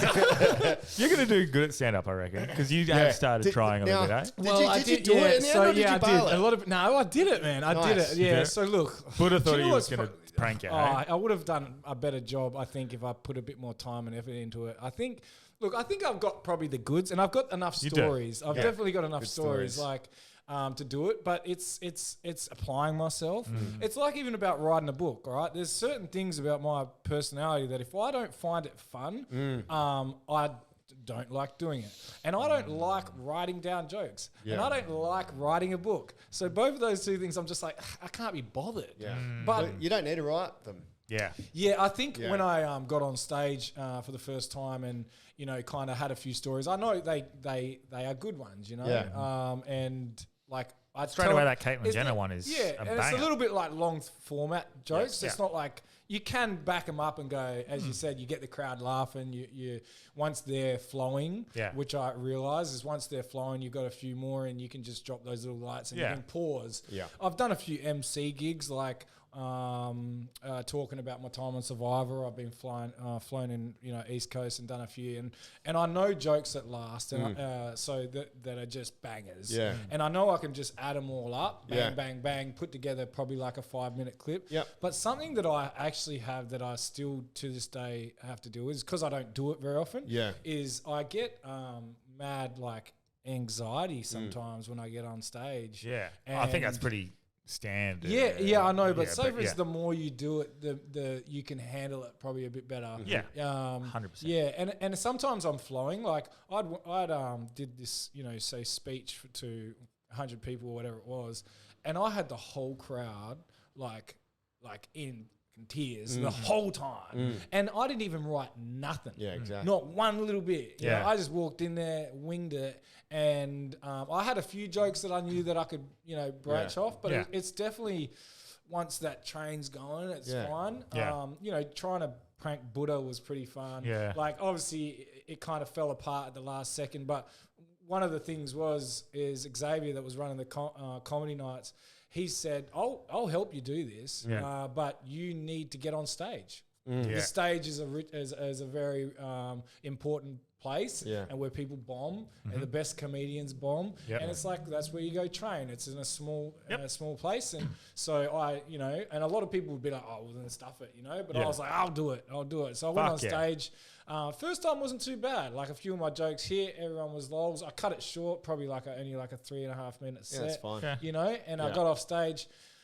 Next time I did it, the crowd was just fucking tough. Tough, just a tough crowd. And even when I tried to use one of the jokes that I used in the first set, you know, that didn't even land. And that's when I was like, I even said to him, I was like, fucking tough crowd in here, you know? And anyways, so I think it's like it's mastering that, you know, that skill and getting together all the jokes. I've got like jokes that are just, I think, hilarious, you know, that I could put together, but it's just, you know, as I said, I'm stuck in the matrix as well. It's not a paid thing. Yeah. The podcast wasn't a paid thing. Yeah. It was all just me trying to find a bit of time to make something happen to do this. Yeah. And I couldn't, I just can't seem to find the time at the moment. I've got, you know, I'm doing real estate. I'm juggling people's houses, which are like, you know, they're nest eggs. So I can't seem to constantly put my mind onto other things. Yeah. But for some context, what you did is fucking amazing. Because for the people that don't remember Buddha's episode, you wanted to stitch him up by having everyone in the audience not laugh at him, right? Yeah. So you set up the audience. On purpose, But you wanted him to think you were actually doing stand-up. So you committed to the bit. Yes. You went and did three spots to make him think that you were actually a comedian. And what happened on the night? You just so the guys that I was doing, because obviously it all breaks off. You know, probably something to do with the tensions they've filmed. You know, you know, they kind of pranked us on our podcast. And I'm do you want to tell everyone about that? Long story. They brought in like a social media manager that started stripping down to her undies and stuff. What were you thinking as she's getting layers off? I think I need to get a social media manager.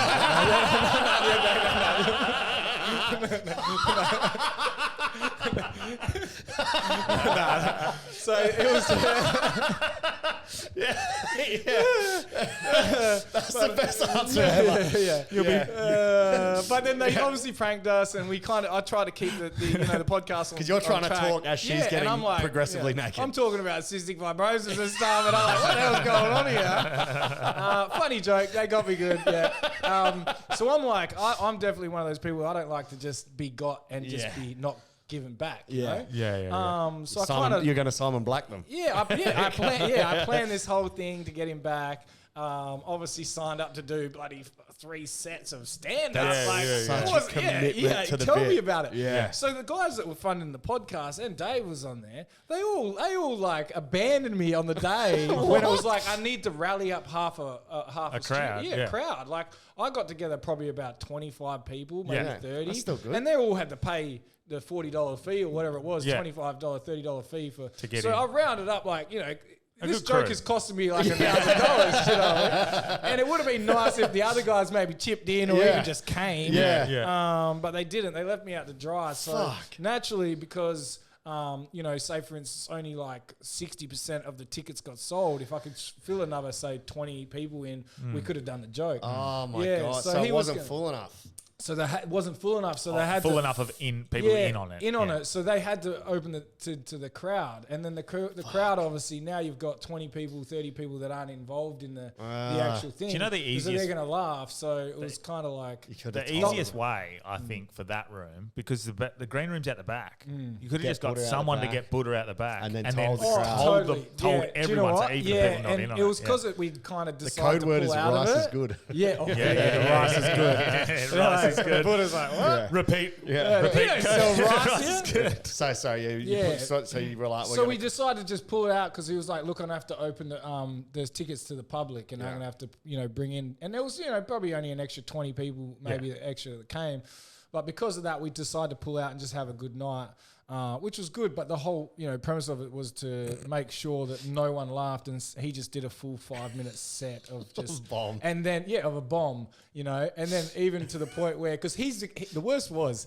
The first 3 he found out was doing stand-up. He's like, dude, I'm going to come down and support you. Yeah. He was He's like so a good good like mate. that. He came down. He's like, dude, you did good. And I was like, bro, I did shit. Like, what are you talking about? You're doing Survivor to him. I was. Yeah. And the whole time I was like, dude, I'm like pranking him. He's being like a hell supportive friend. And then obviously come the day, he killed it on stage like always.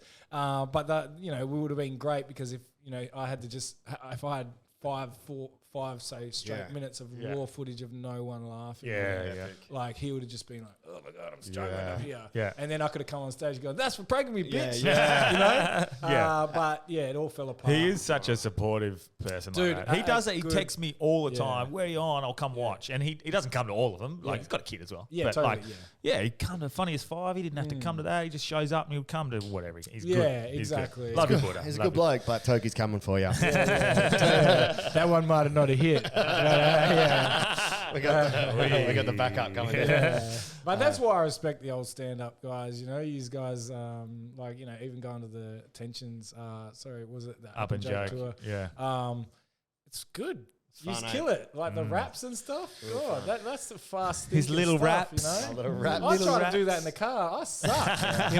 It's just a thing of practice, man.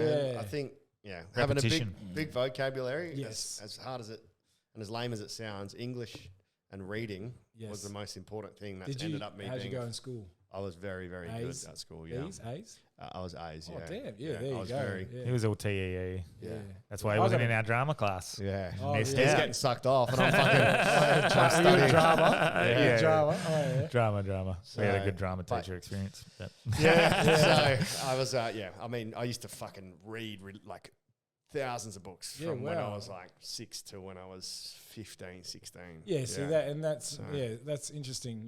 That those are those strengths that you can kind of. I got to be. Yeah. I was pretty happy with that. That's Yeah. good. Yeah. Yeah. I've started English was the reading- hardest subject at school. The problem was my English teacher in year 10, I was convinced she was a feminist and she would favour the girls and she would fucking leave us boys and get us in trouble, never help us, nothing. Yeah. So I got not recommended for TE English or whatever. All my other subjects were A's. English was the lowest. Yeah. Mum sort of went into bat for me. The head of English, Miss Mac. She said, all right, I'll put Daniel in my class. And I got ducks for English. I topped the school. But that's because I was like, fuck this bitch. Yeah. I'll show ya that I'm fucking good enough. Yeah. So that meant I think I got 91 raw score for my TE English. And that was like 20% huge. more than everyone else. So, but that was only because that fucking... Yeah, so you were just like... Because of feminism. So it wasn't... Thank God for her, thank God for her purple hair. I think I found where my misogyny comes from. There you go. So, fuck, fun, man. Fuck yeah, All man. right, well, That's been a good 2 hard hours. yarn. Yeah, That that was a good run. How, was, how long was that? That's 2 hours, man. Yeah, solid. Yeah. That's a fucking good. Like we went. That was fun and funny, Yeah. but fuck, we went deep into That's that. some fucking funny bitch, man. Yeah, Yeah, you should get, I reckon when the your financial times- settled, Yeah, I reckon think you at should some definitely point, do some stand up. when both my kids go to school, or all my kids go to school next year, which is like kids, you know, Yeah. you've got no one at home. Yeah, Like, yeah. even work, I can kind of taper it off a little bit. I'm definitely bringing a lot of things in. You know, there's definitely still a lot of things happening, but it would be nice to like revisit. Yeah. Put together a few jokes and stuff. It's just that delivery and trying to, you know. I think the hardest thing for you is because 5 minutes is not enough for what I feel like your humor would be, because you're good storyteller. Yeah, mine's a They storyteller. need to learn who you are first. Yeah, And exactly. you need that with a bit of longer form, but you can't. So you could probably tell one story 5 minutes at a time. with jokes in it. Yeah, exactly. Yeah. And that's what it is. It's like, here's a story. Yeah. A lot of my MC punches. stuff is very similar. That you know, like it's a build up, and it's that much of a joke that drops, and people are like, "Damn, that is hilarious." Yes, but you might have to just deal with a little bit of silence to come up. But then as you move through, the jokes always slide in between. You know how many times we've looped back in and gone Transformers, or this and that. You just Shitty constantly Rice. using the Callbacks. jokes, and that's why I like podcasts, because we can always like circle back. Well, Delby will do a callback from like 15 episodes earlier. Yeah. I love callbacks. man. What? It's my favourite. Yeah, it is good. No one else- And this is everyone's like, episode 201. 201, yeah. Insane. Yeah. So that's crazy. You've done that many eps, man. That's Fucking awesome. Yeah. Nuts. I think we actually, got thinking like about it. 11. And then I was like, this ain't making me money. Fuck, man. I Just don't know. stick it out, you know. But this is what it is. It's this turning point, right? Yeah. Right? You just keep doing it. Yeah. And eventually, you know, you'll be in here wearing Nike shirts. You know, like, you'll be sponsored by all the big, big companies. soon we'll be wearing Kahuna shirts, but we'll talk about that. Yeah. Like, even same with stand-up, man. When you do find the time, there is money to be made, and you're lucky that you've got a bit of status already. Yeah, so if you can hone it, and you'll know with your MC jobs, you can charge a fair good price. You know, so Look, I reckon. Look, if I really put together, say, what's a good set? Say a really good set. you want to be hour? headline sets these days are only 20 minutes. Okay. So and as a support, you only do 10. Okay. So you got a really I good can 10. definitely see it right now. Ready? So I'm like, look, LED. Right? That's the photo. I'm going to screenshot that. And then it's like the King of the Jungle. It's Toki at the background. Right? Oh, that's a great Fringe show. Yeah. King of the Jungle. Yeah. Oh, Fuck yeah. Well, Fringe is coming up. Well, he's come up with the Dude, title. I've Now never we've- done You can Fringe. make money, bro. Honestly, why don't you do it? If you've got I the time, definitely could. I definitely could. It's 4 weeks. Okay. And I can sort you out with a venue. Any venue will have you because you'll sell out. Yeah. You can charge 20, 30 I'd be bucks happy a head. to charge nothing until I learn my craft, you know? Oh, well, just Like- charge 10 so people are actually Delby's all invested. about the coin. He loves that shit. but also like, but you got to support. Yeah, There's support. me. if you like- make it $10, look- no one's going to be upset if it's like not the best show. Yeah. If you're charging 20 or 30, maybe they'll be, it wasn't worth it. But That's a if good you're point. aware of that, which is really humble of you already, you could charge $10 a head, and that's what Fringe is. You work shit out. And even if you get 100 or 60 in a night, that's still $600 a show, and you can do well. I'll go like $5 a night, guys, come see me. And then by the end of the I'll go, that's a rip-off. That's a rip-off. But you can live, man. Fuck, bro. You could do it because you can set up a Q&A part. You can have questions on the thing. You can answer them as you go. Like, you could do it like that look, piece I of definitely piss, bro. feel like It's I just could, time. Yeah, that's what it is. It's time. Because in the end, it's just dedicating that time. Yeah. But Or- as I said, I'm pulling a lot of things back. I'm trying to like focus in on one or two things, but that would be fun. Like it could definitely be fun. Yeah. I'll even hit you up as Keep well. me in the loop. How about this? Keep me in the loop. Yeah. If all of a sudden, like I won't go buy a King of the Jungle LED sign yet. Just yet. You know what I mean? Like, I just, Just an all trades colour one. You don't I'll at least wait till I get home. You know, to do that. you But don't even need that for the stage. You literally need a poster, which you can do on Canva. Oh, really? And legit do what you did on that speech, where you just go in without a plan and you just talk. Yeah. And then because you're doing it 10 times, over the you'll festival. find a Each structure. time, Yeah, you'll find it. And that's what it's about. That's what Fringe is about. Yeah. So, But I will hit you up I'm because planting the seed. me and Delby have floated the idea of a resilience camp with parents and their kids, and I'll hit you up. I'm hitting up Greg Hire, and I've spoken to Corey Green about some stuff like that. So something we're floating when I get back from Europe. Because I wanted to run my own charity. That was one of the things that I've been focusing on and wanted to do. But it's just, again, it's time. Yeah, it sounds like you need to do what's best for your family. Yeah, and that's where your it time is best. That's where my focus is at the moment. And, I just started doing real estate. So that has been a huge thing. It's like, I can't just sit there and go, do this, do that. And then I'm like, hey, we haven't had a home open for like 6 months. It's like, hey, I'm at Fringe. Did you hear my joke about that dog that got hit by the car? I'm chasing my dreams. Your house can wait. You know what I mean? That's so fucking funny. How long did it take you to do real estate license? Because I heard it's pretty intense. It took me about 7-8 months. Because I was juggling a full-time job and everything else. And I did that straight after Big Brother. And then to even get licensed took another like 4 months. Yeah, it's intense. And then to finally join up with an agency and just, I was cold calling and that. And I quit that one, moved on to another. And now where I'm at, I'm happy. I'm selling and I'm kind of like, I feel like I'm much faster at what I do now. Yeah. So I can sell properties quite well. We'll give it a plug. What do you want? Yeah, if anyone wants to buy property or sell property, buy or sell or both? Just sell. Sell. If anyone wants to sell property, look up Luke Toki Real Estate. Very easy. That's the one we want. Yeah. How do you spell Toki? Is it T-O-K-I? Yeah, it is. Yeah. What do you got going and Luke on, is L-O-O-K? No. Loki. Yeah. What do you got, Delby? What have I got? Coming up. Okay, so we got teachers. Up and Joke, Saturday, 9th September in Sydney. This is coming out Monday. Okay, so coming out Monday. So this Thursday, 33 Years Single in Brisbane at the Sit Down Comedy Club. Friday night at Cairns, Mush. I'm flying Mush over with me. He's doing Good Dick Energy in Cairns. So if you're in Cairns and you want to see Mush. Saturday night, Cairns, McAllister Brewing Co. Teacher comedy night there. We've done 90 tickets at the moment, so there's only 60 left. 33 Years Single is half an hour after that. So if you want to come and do the double, that's at McAllister Brewing Co. Sunday and Monday, me and Mush are just gigging locally. Visit Daniel Delby on Instagram at Daniel Delby, and my link tree's got all the tickets.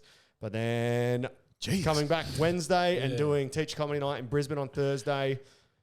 Then Saturday, Gold Coast Teacher Comedy Night. Tuesday, Sydney Teacher Comedy Night, which has done 70 tickets in the first week and a half. So I think that's going to have like 300 there. Sick. And then I'm back Wednesday. And then Perth Teacher Comedy Night, the 4th. Then I'm hitting Adelaide as well. So if you're an Adelaide listener, October 11th, I'm going to fly over and do a... I'm exhausted listening to you. That's why I haven't got into it. Can you imagine that? Like, I've got... Well, we got a bit of ADD, and I just think that would be... I'd need a chaperone. Yeah, well, that's what I'm at the moment. I'm so close to getting a PA. Yeah. I've had a PA help me like call schools and emails and shit. You can get PAs that are like, in different countries and stuff, and they're like real good. Yeah. I think that's more sort of like your bookwork and all that. I need someone that understands how to create events, run shows, market. But at the moment, that's me. But my PA has been really good at the moment. For 4.5 hours, I paid her, I think it's $35 an hour. And she's called every school, so it's direct marketing. Wow, that's got the insane. email, so it's a bit smarter than just hoping. Yeah. But definitely great. need PA. So. Just to-do lists, man. That's how I do it. You fucking got 400 things to do. Set a to-do list. I'll even put like rest, meditation, read a book. I feel like it even... if I wanted to, I would. It takes time to even just put it in there. Yeah. So much but, and I'm like, I'm trying to drive, all right? But I've got to put it in there. I've got to sleep at 6. Focus on road. So, to-do list is on my to-do list. Yeah. So every morning, to-do list, check, bang, done. Yeah. And it's a little hack to get. It's a mental, it's like, I've achieved something, bang. So good. I'm not plugging anything because I'm resting. Cool, you'll be on holiday. I'm going to be on holiday. So you're going to go see Melis in Kitzbühel. Where I was last week. In Austria, and then I'll be in Italy. Shout out Melis, who'll be listening. And if you're going to Oktoberfest, hit me up. I'll be there on the 23rd. In Munich? Munich. And we're going to come down from Frankfurt. So. Sick. So thanks for your time, man. That sounds fun. We're going to We'll quickly do the intro after this, but thanks heaps. Yeah, appreciate your time. Thanks, guys. Sure, G. Sleep well, tiny dancers. Yeah.